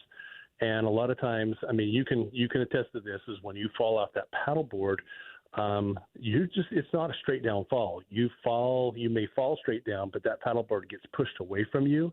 So you're already separated away from it. It will take some swimming to do so. And then you put a light breeze on that, so even a strong wind, and that paddleboard, you will never, even a good swimmer would have a difficult time trying to keep up with it. So we do recommend wearing leashes, but even beyond the leash, I would just recommend wearing a life jacket for those that are good swimmers. They're great little belt packs that are manual. You can utilize them when you need them. In that circumstance of being separated, just get what you can. If you want more information, you can contact our Division of Outdoor Recreation at boating at utah.gov.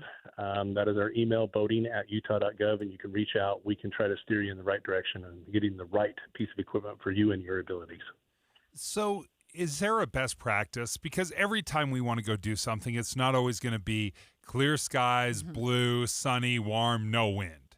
Is there a best practice of how much wind I can maybe tolerate when it comes to paddleboarding? Well, I would say anytime you have wind with that board's going to be able to move faster than you. That's just going to be the given with that. I would say have your leash at that point in time. But most importantly, take care of yourself. Take care of your loved ones. Make sure you have a life jacket on. I mean, goodness, you probably wore your seatbelt going to the lake. Then why not use a life jacket? That's in essence your seatbelt out on the water. Ty, just real quickly, do places like Flaming Gorge, where this drowning happened, or the two women, or Quail Creek, where the 49-year-old man drowned while paddleboarding, do the places have like a free life jacket checkout, like we see it like Utah Lake and at Jordanelle? Quail Creek, I know, has a life jacket loaner station. I am unaware of the life jacket loaner station at Flaming Gorge, especially in that area. It's a little bit further away from the ramp there with the swim beach. But, I mean, really, we have a lot of these across the state. And unfortunately, people just drive right past them and they want to get out on the water. And they're just complacent where it's at. And frankly, I think change is either going to have to be enforcement, either a change in our laws, it can be done through enforcement, and or the unfortunate circumstances, it's going to have to touch somebody that you know before they'll actually make that change.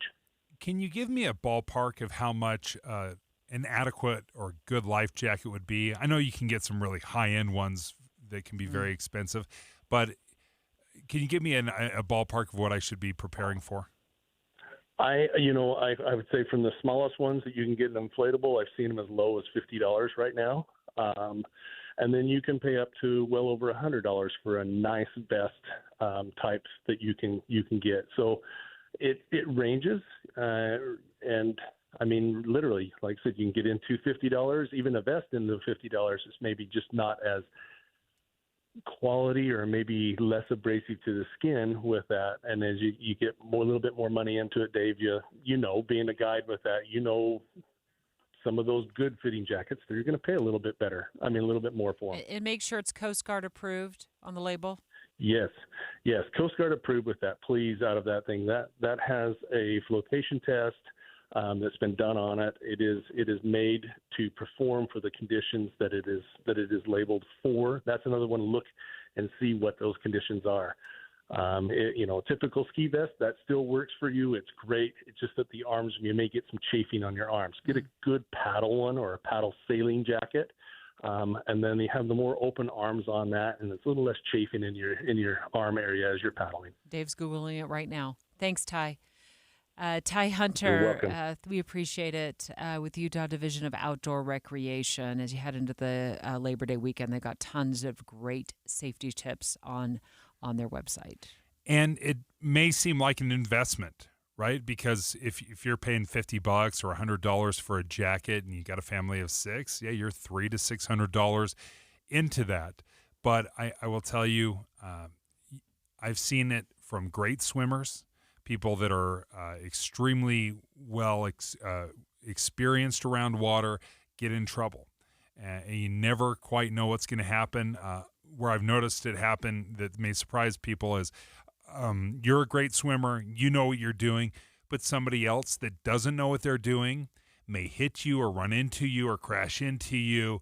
And that's what I've seen more than anything. It's not something you did, it's something someone else did to you.